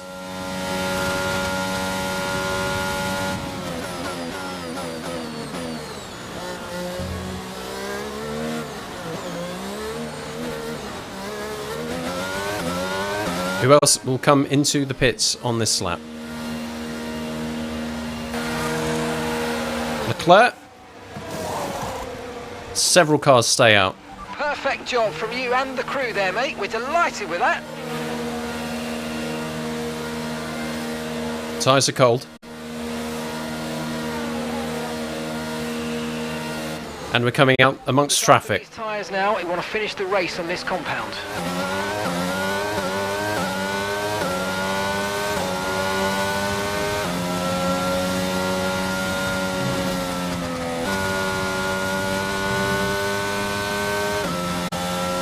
So, Sergio Perez,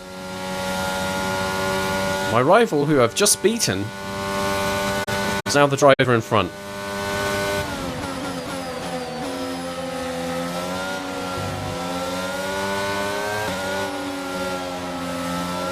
My hard tyres are slowly coming up to temperature. His medium tyres will be suffering.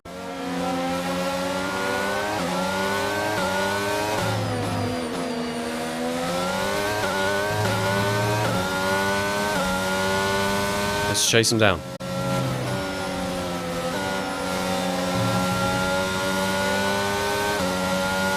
There we go, the hearts are fine.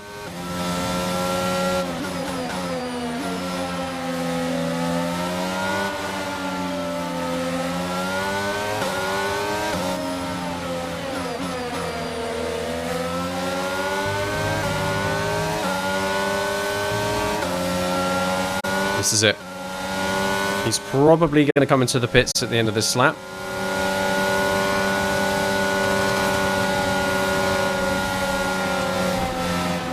Okay, Lewis is in for his stop. Big old battle with Perez there. That's him into the pits. Several cars now going into the pits. I did pick up DRS from him. And that's the race lead back in my possession. Cars could be coming out from the pits. Yeah.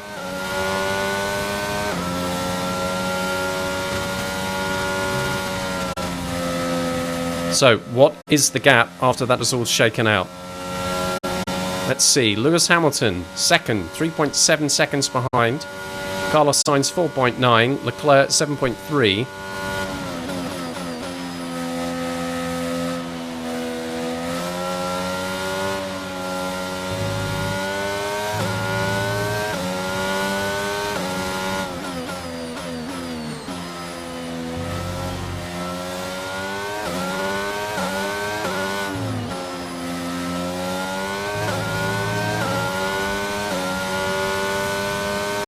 And away we freaking go. Tyres are healthy. Fuel is good. Car is good. The lead is ours. Just got to keep this race nice and clean and under our control.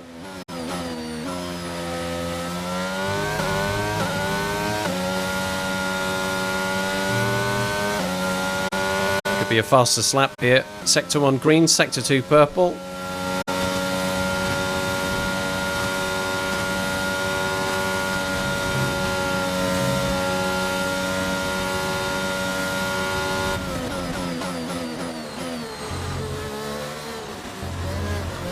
Bit too much curb really to make that work.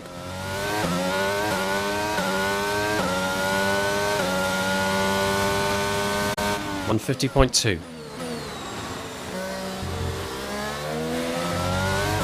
4.3 seconds, 4.1 to Hamilton.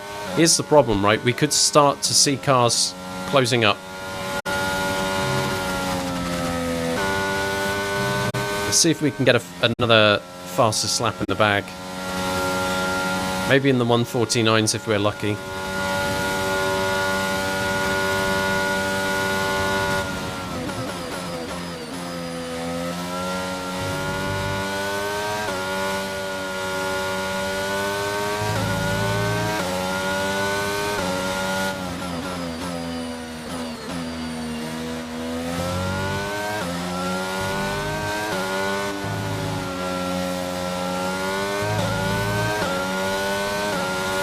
Full race update. You're in first position, front of the pack. The car behind is Lewis. Our gap behind is 4.6 seconds. Okay, they're on fresh hards. That was our last stop. No more scheduled pit stops. Let's go. Okay, we're into the last 10 laps now.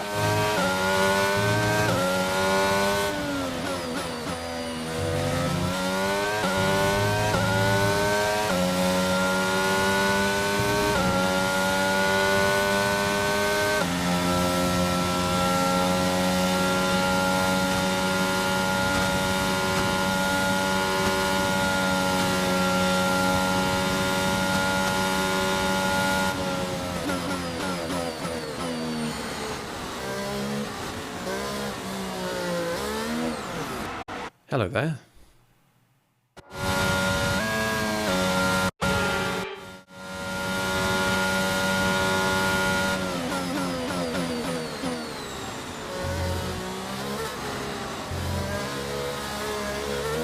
It's better. Not perfect, but better. Don't want us to make too many mistakes like that, though.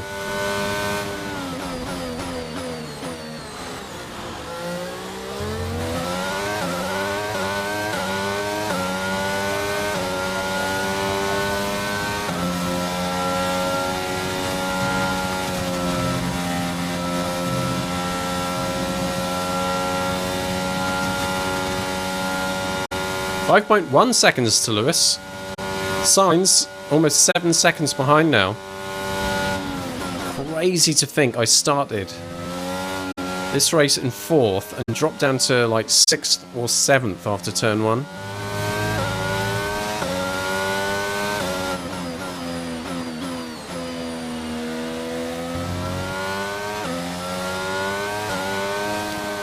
Very interested to watch that on the highlights at the end of this.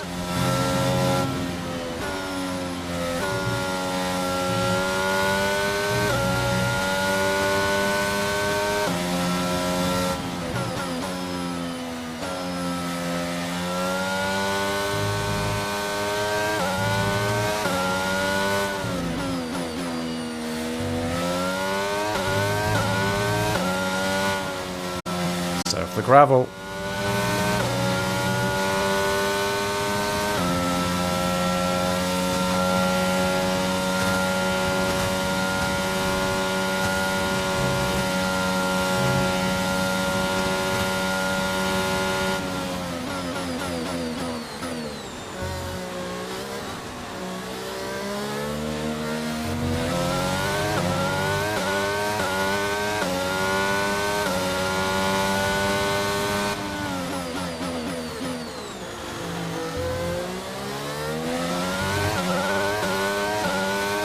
Teammate status.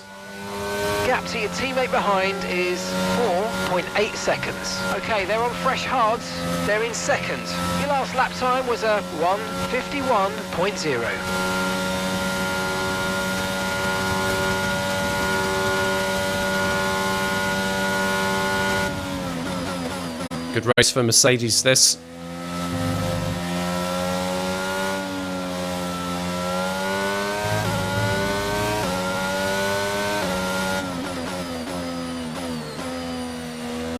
Didn't Lewis win the last race or something?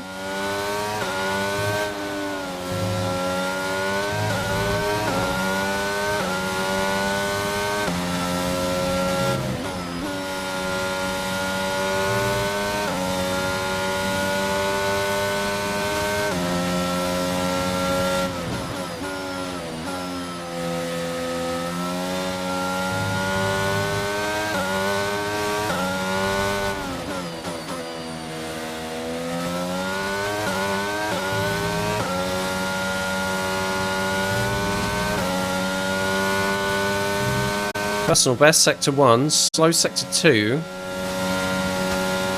So trying to beat the 150.2 fastest lap might be off the cards now.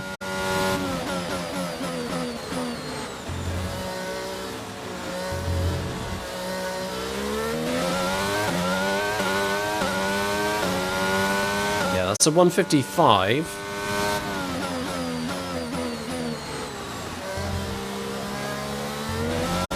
It's not that it can't be done.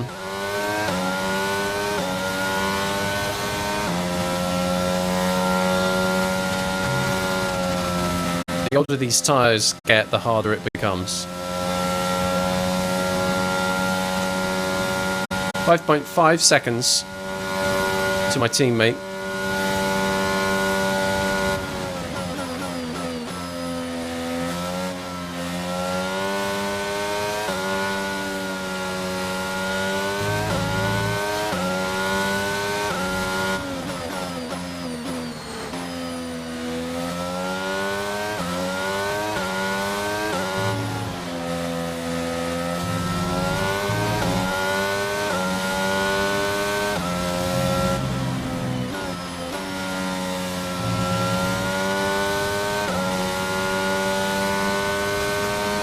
It's a 6-second gap now.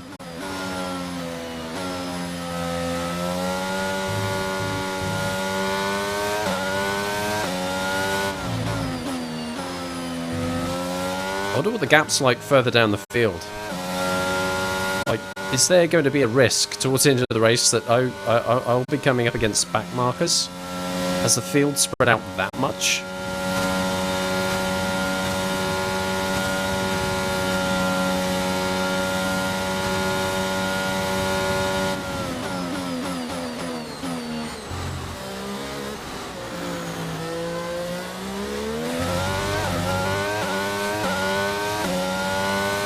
.5 again.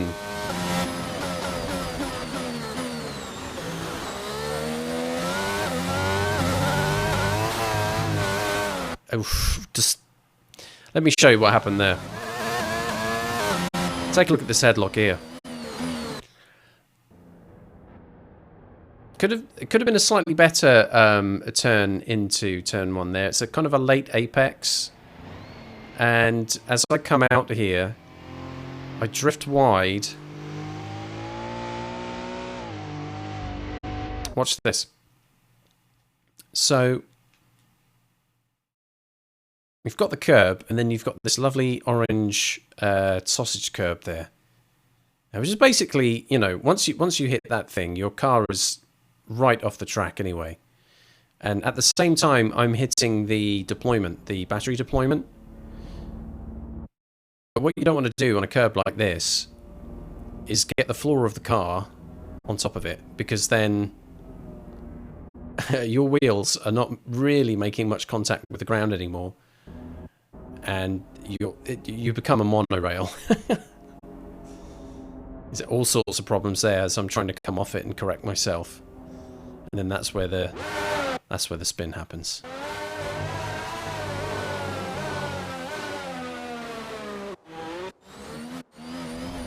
So let's come all the way back.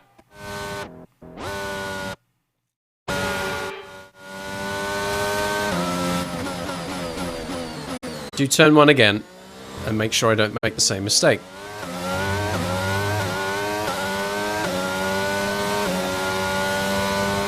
Lap 17 of 22. In the lead after starting 4th.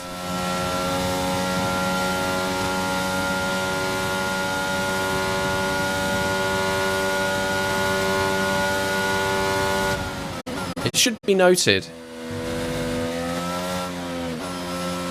Hamilton, Sainz and Leclerc are in the same order as they were at the start of the race. Norris was behind, and he's in the same spot as well. So there hasn't been a great deal of passing.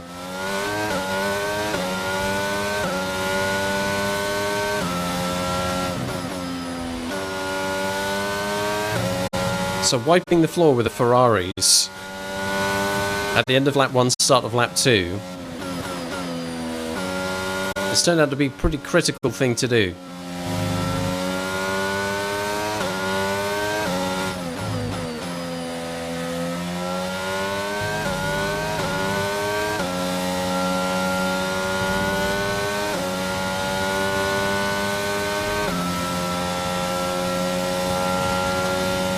Amber Swan just throwing her engagements now at any opportunity.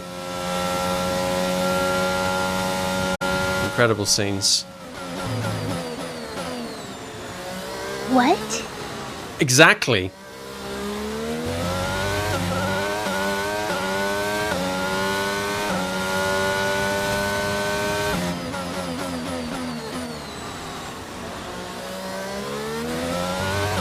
And that's just 5 laps of fuel remaining. Let's look at fuel. Fuel management could become an issue. 0.82 of a lap.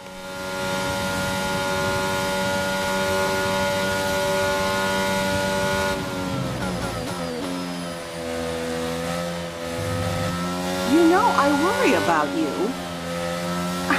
I have to go home. Not that worried. Do you have something else to do? There's a lot happening. There's a new follower in all of that. Do you excuse me for not being able to recognize you by name? I will do that as soon as I can. If I can find a part of the circuit where it's not too stressful, then I shall thank you personally for the follow. Now, here's the problem in the fuel-saving part of this lap. Or I say this lap of this race. I have been able to maintain a pretty much 5-second gap to my teammate. He's now half that. He's more than half that, 2.2 seconds. So these last few laps are not necessarily going to be a walk in the park. Archie, thank you for the follow. Welcome on in, and happy Sunday. You catch me on lap 18, now 19 of 22, leading the Belgian Grand Prix after starting 4th on the grid.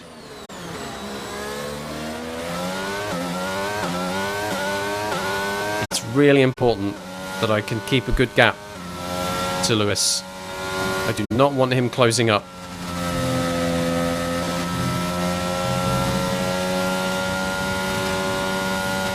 Teammate status. Okay, so we're leading our teammate by 2.3 seconds. Okay, they're on old hard tyres. They're in second, and the time last lap was a 1 minute 51.1.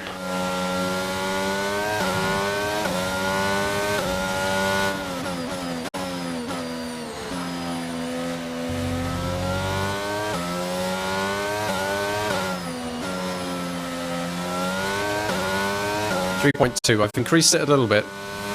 Delta's in the green actually, so I could be on for a fast lap here. We'll see.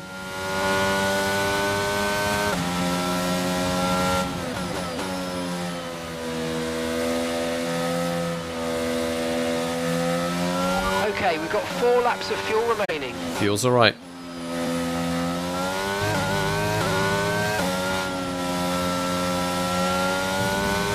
Two purple sectors.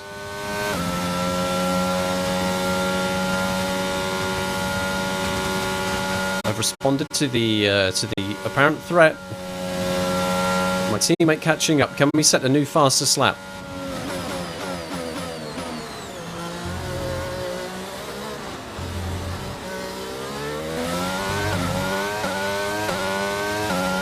Yes, we're in the 149s.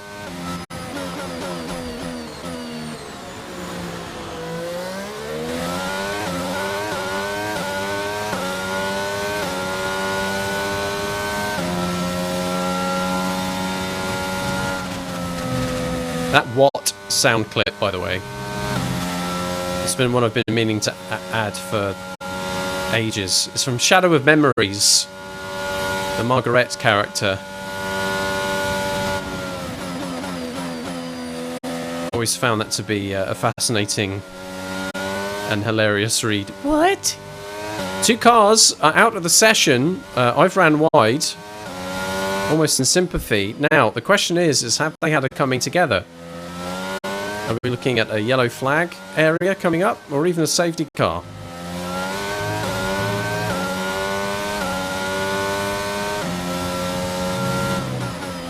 It's going to be a long time before I actually find what position of the track that was in. because they will be behind, not ahead. Hamilton has closed the gap though. Me running wide has been a very dumb thing to do indeed.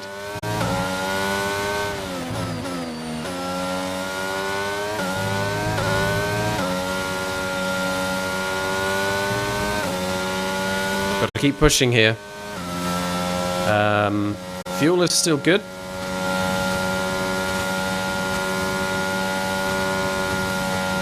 Caution, caution. Yeah, they've had it coming together. They must have had it coming together here at the chicane. There's Joe to the side. The track is clear, green flag.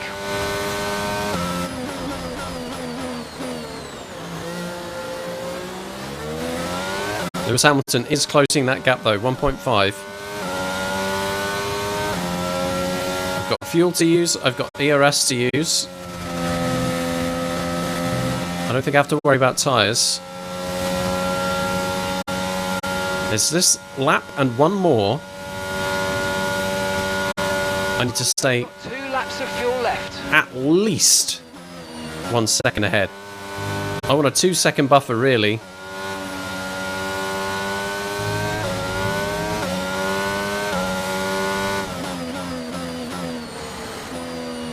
Starting to run wide there, not enjoying that very much.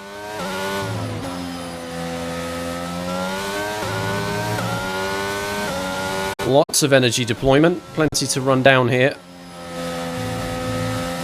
So run down I will.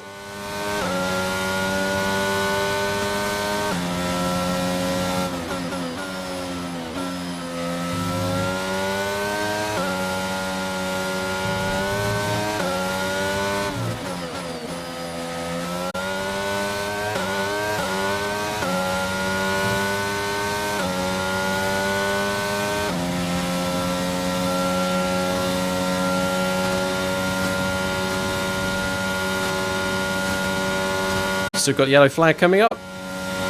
No, it's been cleared. Incident cleared.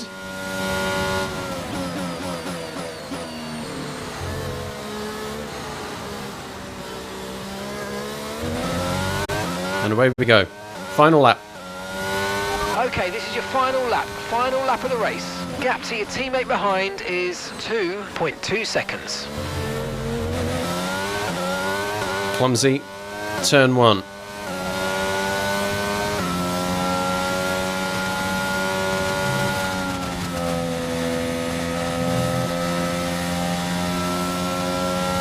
Two-second gap. That's what I want to see.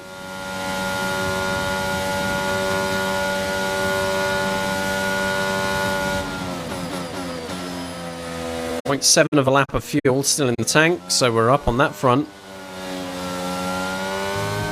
So fuel efficiency has been pretty good.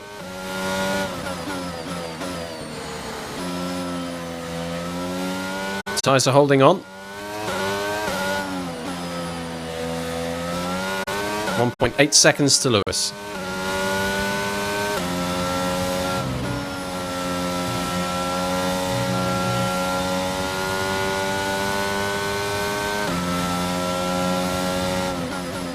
Still holding that gap. Don't want him closing.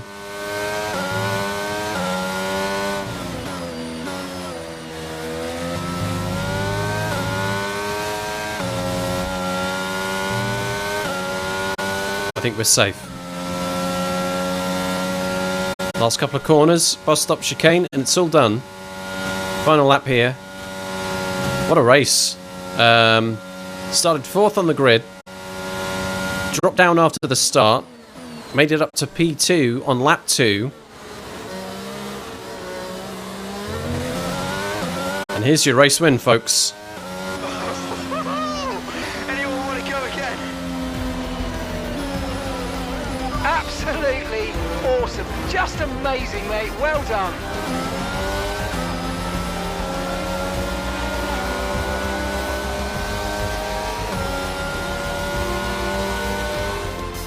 Yet another historic win under their belts. Well done to the team at Mercedes. Thank you.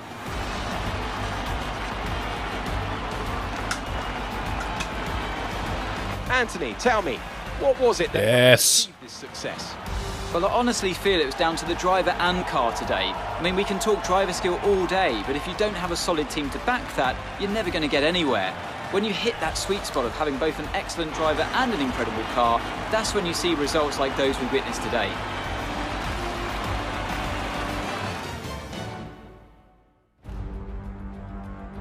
So after a magnificent race, we can now see the drivers making their way to the podium. Once again, it's the Silver Arrows who take top spot. A well-earned victory for Mercedes.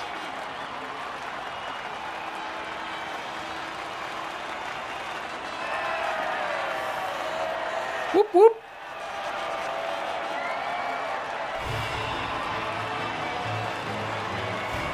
Yeah, get it sprayed on, lads.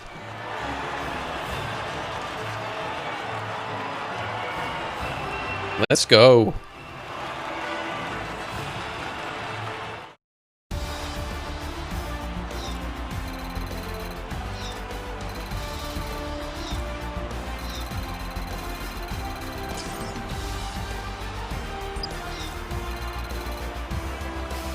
I want some fake things, yes. The fake things. So let's review the drivers' standings. Charles Leclerc, currently leading the championship standings, extends his lead even further with this result. So let's discuss, Ant. Who would you say is a contender for your driver of the day? I have to give it to Skip. Yes! Where they finished compared to where they started. It's not easy to cut through the field like that in Formula 1, so it was a great effort. Let's move on to the constructors. Ferrari continue to extend the gap at the top of the table. Been an absolutely wild weekend of Formula 1 action. Can't wait to see what's next.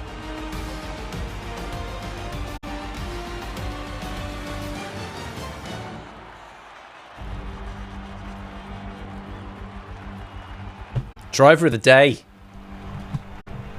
Quite right. This is not the kind of circuit where you can make miraculous recoveries.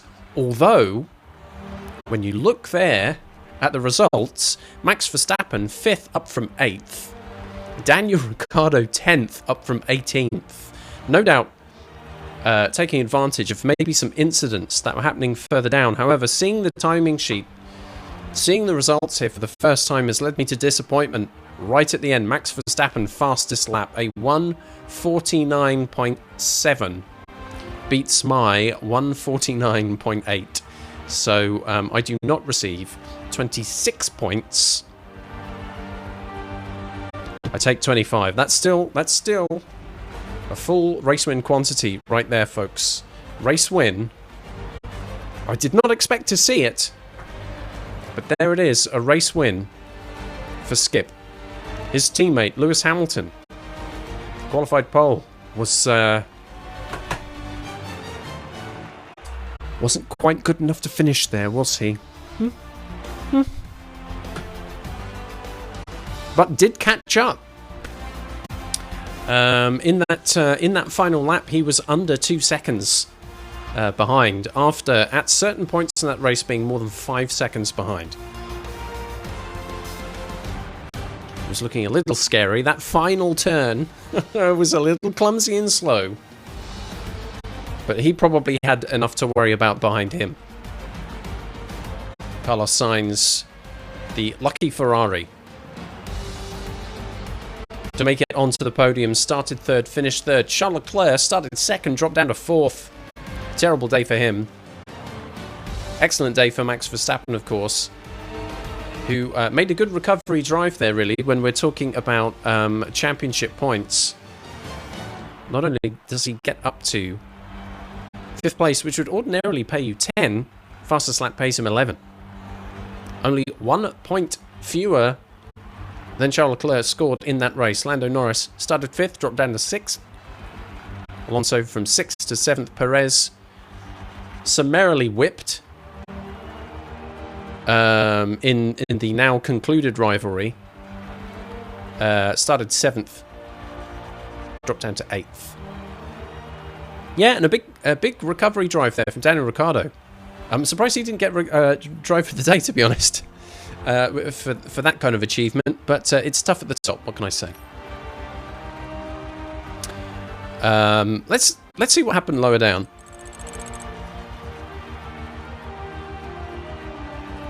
Peugeot out with DNF. Ocon retired, but still classified. Magnussen did well. 20th up to 15th. Not too bad. Anyway, here's what I really want to see.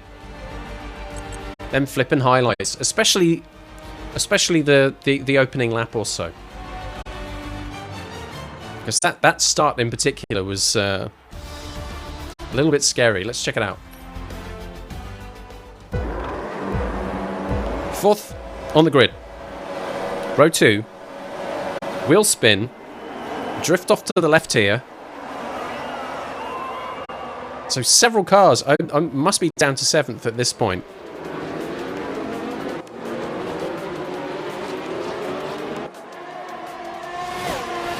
To be fair, not a great camera angle. That was such a tight close-up. Such a tight close-up. It's very hard to tell what was going on there. But yeah, a lot of wheel spin. I kind of pull off to the left a little bit. Get the car under me a little. Overcorrect. So from 4th, I've already dropped down to 6th. And Sergio Perez is about to come alongside me. There we go. So that's me dropped down to 7th. Now, unfortunately, we get a big fat zoom in as we come into turn 1. So it's kind of difficult to read what's happening on track. We have to look at the tower on the left-hand side to see what's going on. Who's that moving behind? Is that Ocon? Yeah, that's Ocon behind, sneaking over to the right-hand side. No doubt looking for a route into turn 1. There's Lewis leading, turning in. Leclerc and Sainz making it into turn 1. Ocon sneaking look on the inside. There's contact there. He's probably made contact with another car too, not just me. So I'm ahead of Perez. We've got Alonso. You can see there, car number 14 on the outside. So I'm going to cut him up, and there's Perez. That's Perez there, who's coming in quite tight into turn 1. He's got nowhere to go. I'll block him off entirely. And there's Lando Norris in 4th, who is really hugging the curb on the apex of turn 1.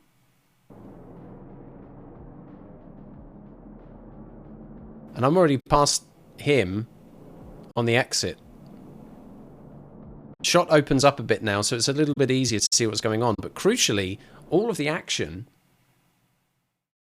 at turn 1 is effectively cropped out. Well done, highlights maker.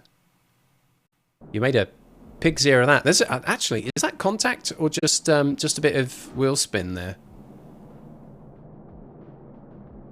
It might just be wheel spin, but I have to do a little cheeky correct there, which would bring Lando Norris back into contention, because he would have had a much better drive out of turn 1, and is pretty much side by side with me now.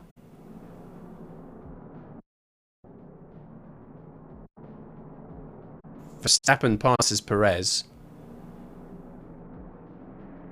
and Leclerc actually gets past Sainz there.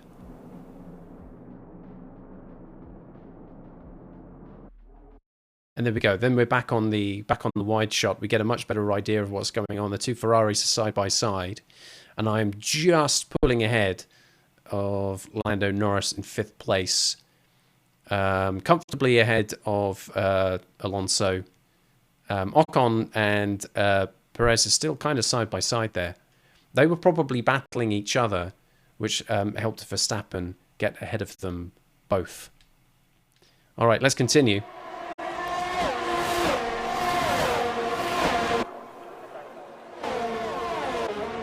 Right, so this is coming up to the bus stop chicane. This is where I managed to outbrake. Look at this. Bullied, absolutely bullied into that corner. Flipping heck. That was... I did not expect that to stick. And then into turn 1, I'm at it again. giving Charles Leclerc nowhere to go. So we start lap 2 in second place. Here's lap 3. I'm closing in on Lewis, and crucially, DRS is active. So close to him. Unbelievably close. I'm surprised we didn't come together. DRS is now open. The drag is reduced. And that is the lead. Snapped on lap 3 and not lost since.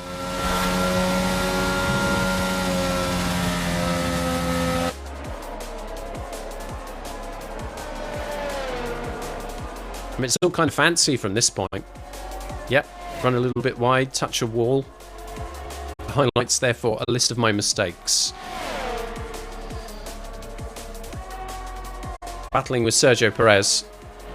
It was kind of redundant. This is me on the outlap on the hard tyres. He was coming into the pits. Contact with the wall again, I expect. There's the run up Eau Rouge, very nice. Nice little fart on the curbs, excellent stuff. Clumsy exit, but that is your race win there. Not much to say after the first 3 laps.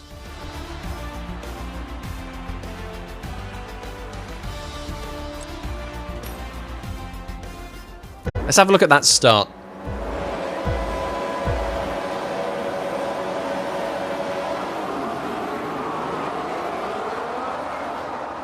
Now, will that camera close in again? No, we get a bit of a better view. Oh, there's a lot of jostling. I just want to see this from what kind of angle. Let's pull back. Actually, this is a good one.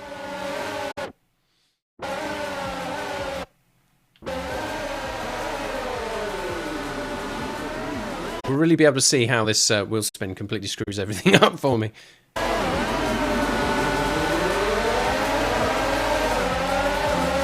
Look at that.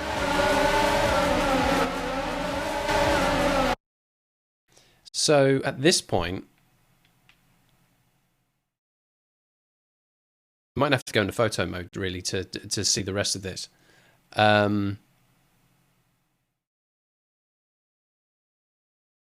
Yeah, Ocon's managed to just sneak past Verstappen, but he'll get that back.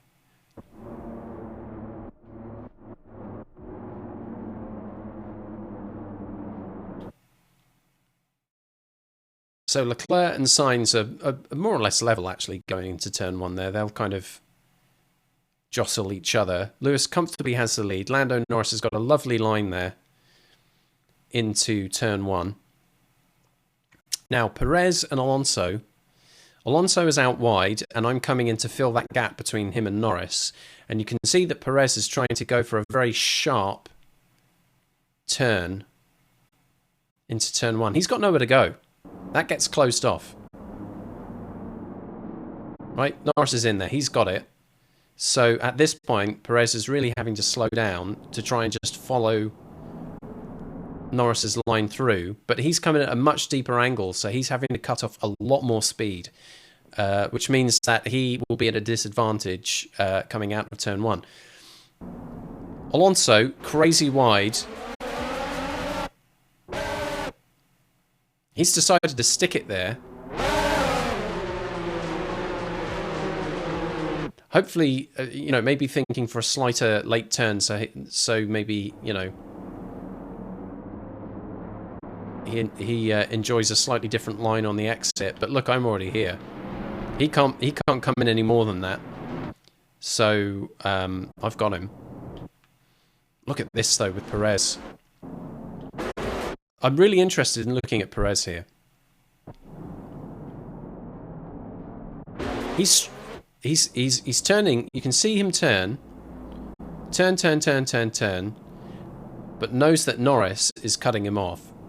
So he pulls straight again, almost goes to the left, but there I am. Yeah, you're not getting around him, mate. So now he's kind of stuck there. I carry a decent amount of speed there, passing Norris, but you can just see that slide, that drift as I haven't quite got the rears underneath. We've got flipping contact here. There we go. Look, bam. Contact between Perez and Ocon. And actually, Ocon's sandwiched. He's... didn't even notice that in the replay. He's absolutely screwed. He's caught between both Red Bulls.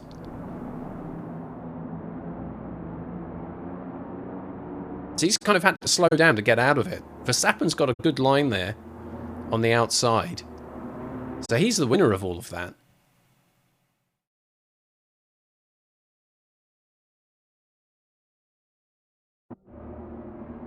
And there's the kind of the drag race that's between myself and Norris, but I don't know whether I just had a better exit or what, but there's clearly more speed there.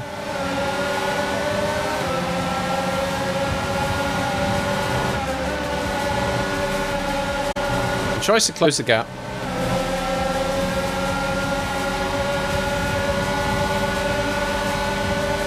There's Alonso behind, being quite threatening.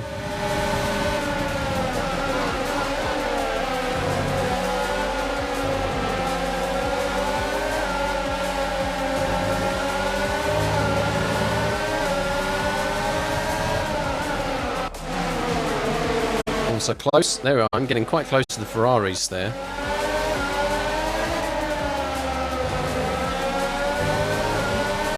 Making some mistakes on this first lap.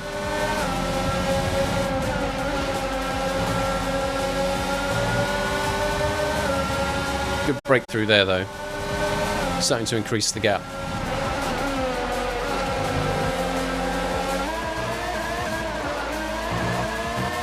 So let's get to the point where I start catching the Ferraris. How did I get this done? That was super clean. I thought there was going to be contact or something.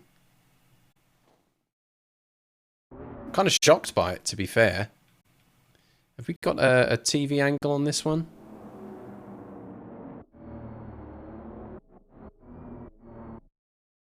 It's probably better from this point. Let's get rid of the thing.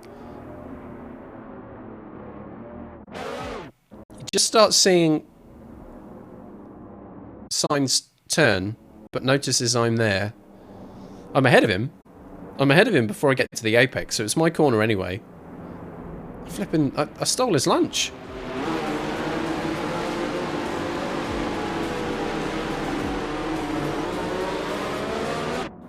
Interesting to compare the...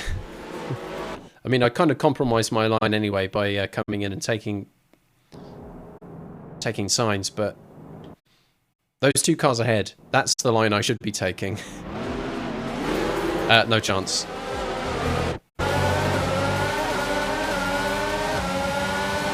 And then again, just on the brakes. On the brakes. Leclerc obviously thinking about his position in relation to Hamilton. Staying close to him, this is not his time to overtake, just kind of hold the line. But while that's going on, I'm like, well, you've left a gap for me, mate. I'm going to give it a go. And again, comfortably ahead of him. I think I have the rear wheels under me this time as well. No drifting. And that's it. See ya.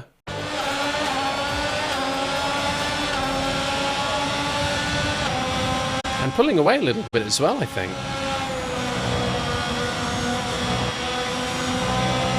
Goodness me. That was fun to watch.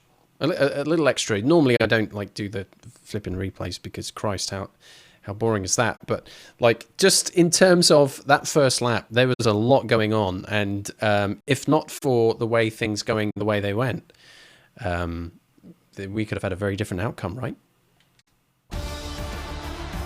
A very different outcome indeed. So, speaking of outcomes, race win. Let's get that paid out, shall we?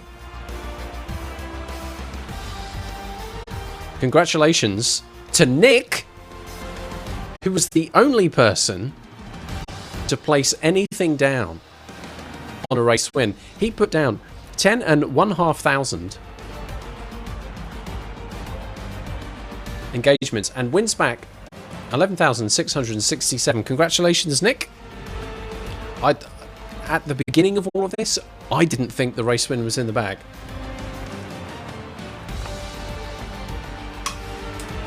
But as you have seen in the highlights and the replay, fate changed wildly. Over to the race director. Here's what we're talking about when we talk about pit strategy. Look at that. The first 14 cars you can see here all did exactly the same thing. One-stop strat. Start on the medium, finish on the hards. Did anyone try anything else? No.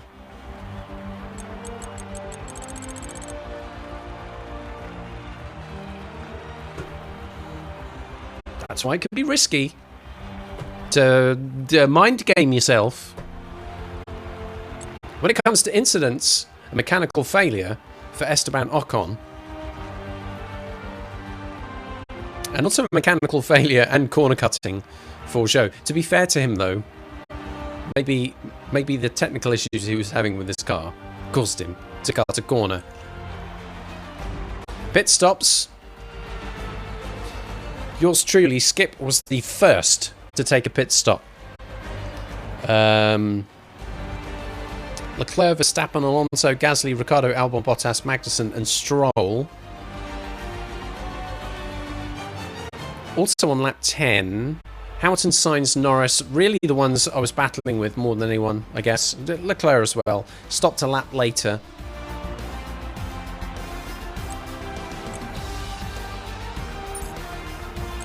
Now to the standings. Well, I'm pleased to say I've moved back up from 7th in the drivers' standings at the beginning of this weekend. That race win puts me in 5th.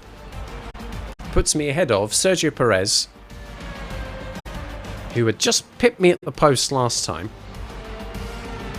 And crucially, Lando Norris, who was someone I was looking to pass next. 143 points now to Lando Norris's 138, so he's still close. And to be fair, so's Sergio Perez. One of those two scores well and I score badly or don't even score, and then this all shuffles again. Lewis Hamilton, 192. Carlos Sainz, of course, finished 3rd in this race. So their positions were crucial in their championship battle. Carlos Sainz just stays ahead of Lewis Hamilton by 1 point. And then, the story of this season, Charles Leclerc versus Max Verstappen. They are still very close, only 4 points between them. Charles finished higher than Verstappen in this race. A 1 point gap, if you remember.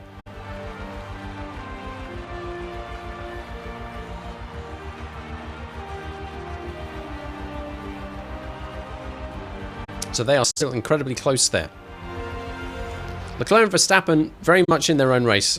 So it would be difficult, but not impossible for me to get up to 4th.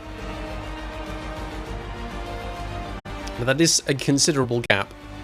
And all of those cars ahead, all of those drivers ahead, are having a really good season. So 5th could be where I end up. Maybe 4th if I'm lucky. But I'm in the top 6, and as I've said all the way through, that's where I need to be. If I can be in the top 6, it's all good. Constructors, Ferrari, 67 points ahead of Red Bull. Ferrari had a much better weekend than Red Bull did. So that does kind of hurt their championship chances a little bit, but look at this. Mercedes is closing the gap to Red Bull. 335 points to Red Bull's 386. That 3rd position, by the way, very comfortable. McLaren, 184 points, some way behind.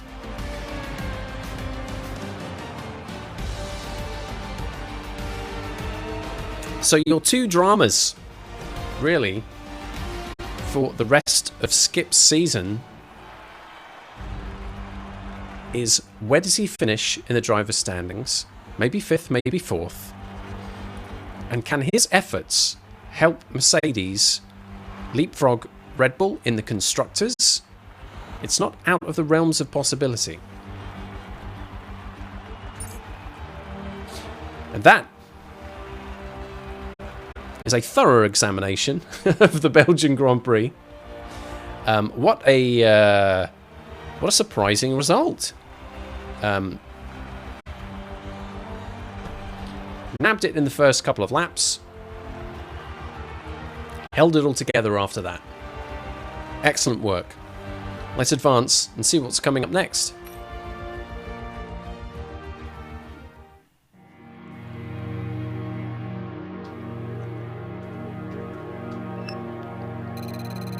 Nice. Thank you very much.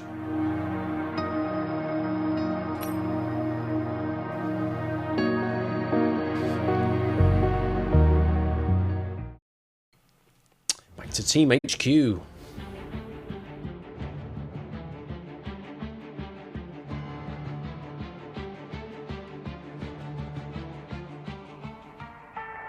More success. Front nose cone structure has also been a successful upgrade.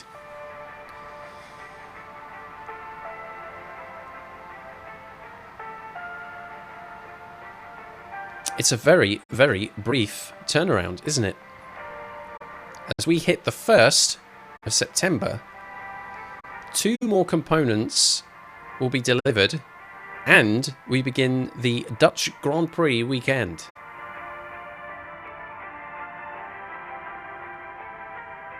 The question is,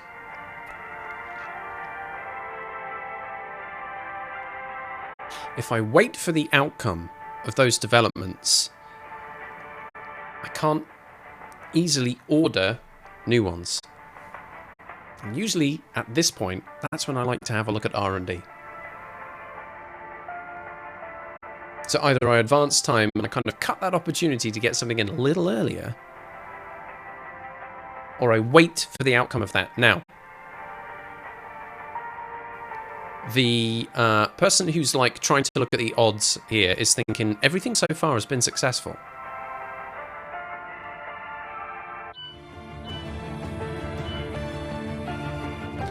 And both of these are minor. Okay, that front nose cone structure upgrade was a major, and that completed. These two have a relatively good shot getting through. Morale is good across the board. And actually, let's take a moment and have a look at the stats presented to us here. In the development potential graphic towards the bottom right, we've got pretty much even current performance across all 4 departments.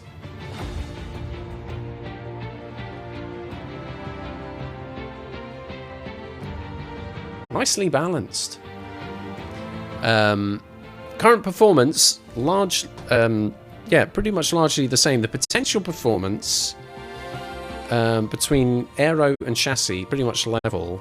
Durability is very high there compared to the competition potential. But the vehicle performance comparison is really interesting too, because this is something where we have been slowly creeping up there. With those successful upgrades installed, Mercedes-AMG Petronas is at the top of the comparison chart. We have the best car out there right now.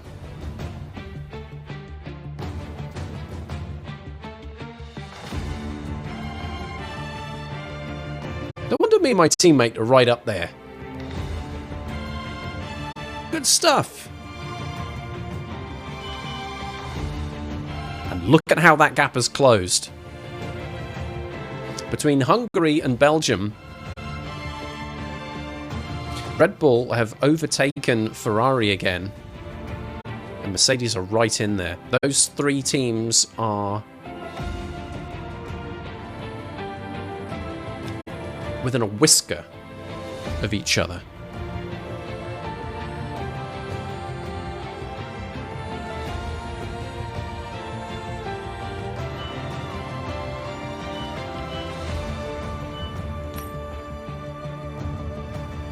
Here we go then.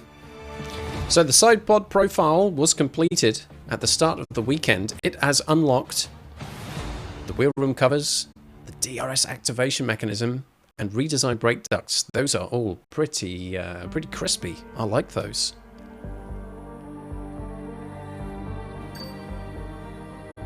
The nose cone. All done. That unlocks rear floor under tray, heat dispersing wheel rims, madam, and hydraulics. On the powertrain front, energy store cells, that's complete with the crankshaft and rotors now available to us. Also, the supplier upgrade has arrived. An air filter, don't you know? That's a freebie. Nothing new on the durability front. Normal performance across the board. We have 3,335 resource points to spend. What is recommended? Redesigned brake ducts. Wow, wow, wow, wow, wow. Straight in there. A big aero improvement. More so than the DRS activation mechanism, which could be interesting. Redesigned brake ducts does offer us more performance. So I can see why we would go for that one. Smaller, more efficient brake ducts can reduce drag whilst channeling the same amount of airflow to the brakes, ensuring cooling is not compromised. I like the sound of that. It's going to take a while to turn this one around, but then we do have a triple header, right? We've just started it in Belgium. There's Netherlands and Italy all within a week of each other, so it's difficult to get those kind of things delivered. So we will not have this upgrade installed for 2 more races, but the benefits it will provide us. That's an expensive upgrade, but the sooner I can get that ordered, the sooner it can be fitted to the car. So I want it. Look at the potential it offers us on that vehicle performance comparison chart. That is massive. Why would you turn that down? 18 days and we'll find out the result. 1,571 development points left. What's the recommendation? Wheel rim covers. It's all aero.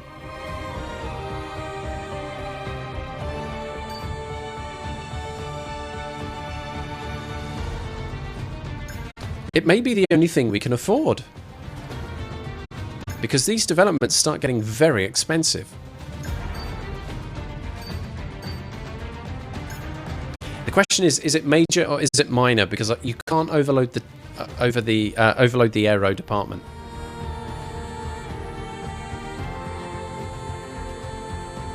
That's one thing you've got to think about as well.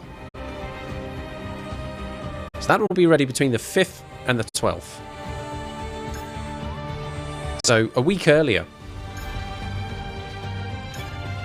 It's a minor, thankfully.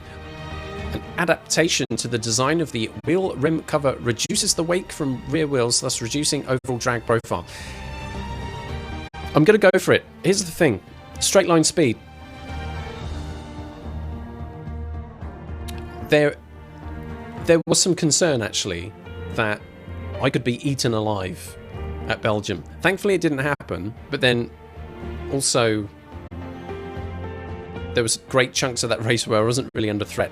This could happen in future races. I think about the Circuit of the Americas in Texas, Austin, Texas, as one where someone could beat you in a drag race. And so aero upgrades like this installed before we hit that race, for example, is a pretty big deal. So I would like this one too. That's going to wipe out almost all of our development points, but I think it's worth doing. 20% chance of failure. A little nudge there. 12th, damn it, it's still afterwards. If I was going to put it through as a rush, it's a 45% chance of failure. That's no good. No, let's go for 12th. Let's go for 12th. So 2 aero upgrades in the bag, and that is it.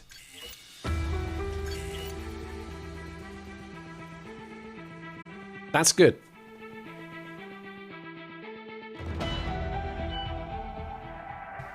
I'm happy with that.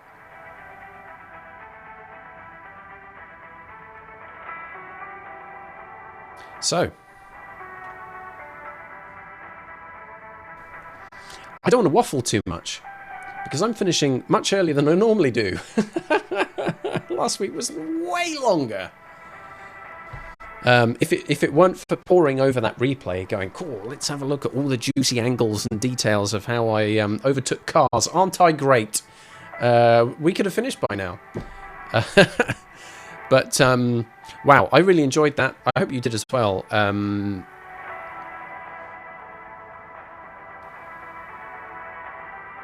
As I said, it's Spa-Francorchamps, my favourite circuit.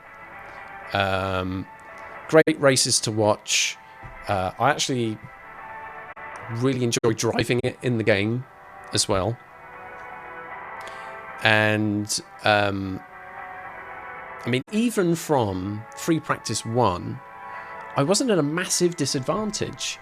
Quite familiar with the circuit. Its profile hasn't changed much. This version of the Formula 1 car has more downforce. So there wasn't quite the same issues this time around as I experienced in F1 2020. You know, you can get through these corners and you feel pretty stuck to the ground. You're not having to fight the car quite so much.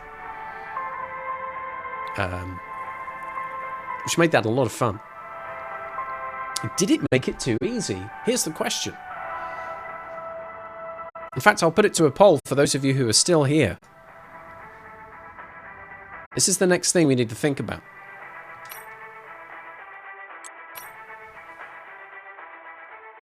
At the end of the last race, AI difficulty was increased from 59 to 61. Now remember, when I started this season out, I started at 65. I had a rough time. The car obviously wasn't in great condition either, right? The car has clearly improved.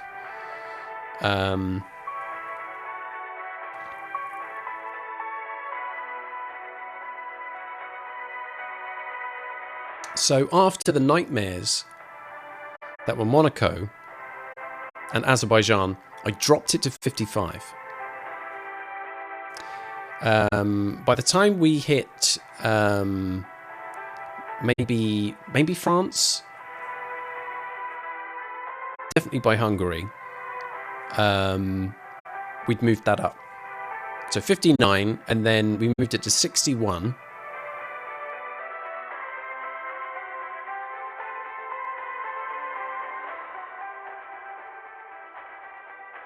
I do not want to go... 5 is a magic number, is suggesting 67. I do not want to go to 67.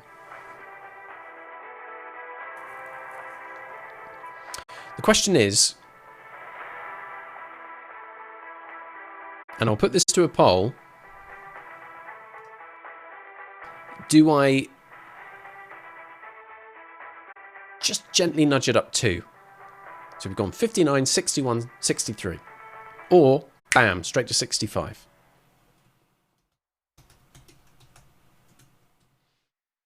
So, 63, 65. Those are your two options. 2 minutes. Let's go.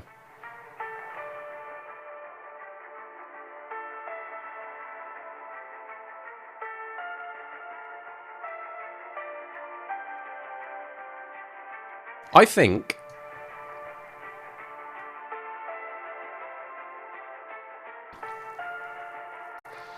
getting my way back to 65 by the end of the season should be right. I started at 65. I don't necessarily have to end it at 65, but I need to get back to 65 before the season is done.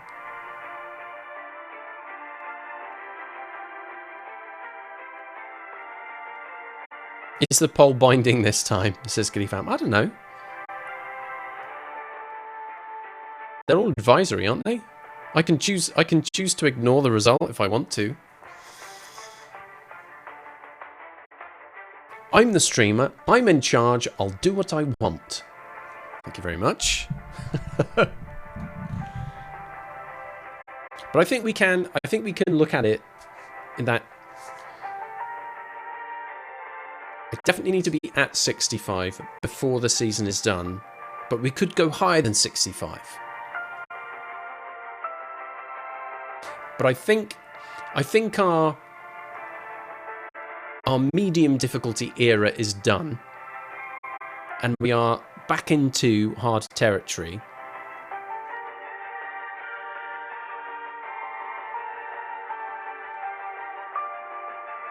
Pole isn't binding in the race. No, that's true. Sometimes, like last weekend, you can take pole position and then choose to start at the back of the grid.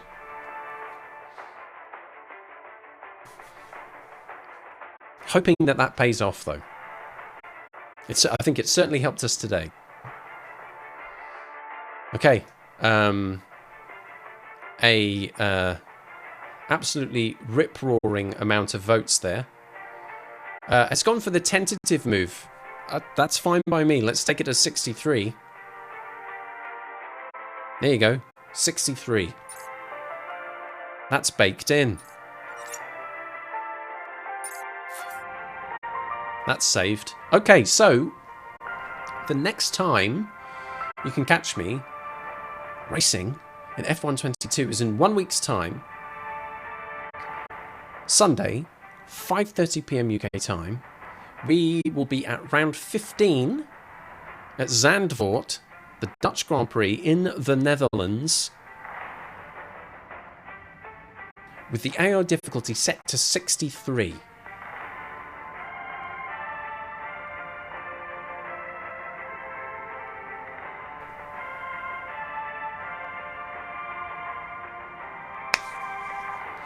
Just nudging that challenge up just a touch. Zandvoort is a circuit I've only raced at once before, which was playing F1 2020. I found it to be quite difficult. It'll be interesting to see whether like a bit of muscle memory has helped, whether the new spec of the F1 cars makes it a little bit easier to manage the trickier corners. Could be an interesting one. Especially, the difficult circuit, still unfamiliar compared to a lot of the other circuits, which I've raced around a lot more. It's not a guaranteed success this next weekend. So a lot of different factors could make this quite a challenging one. The question is, will we have fun? And will you be there? Next week, Sunday, 5:30 PM UK time, more F1 22. Please join me for that.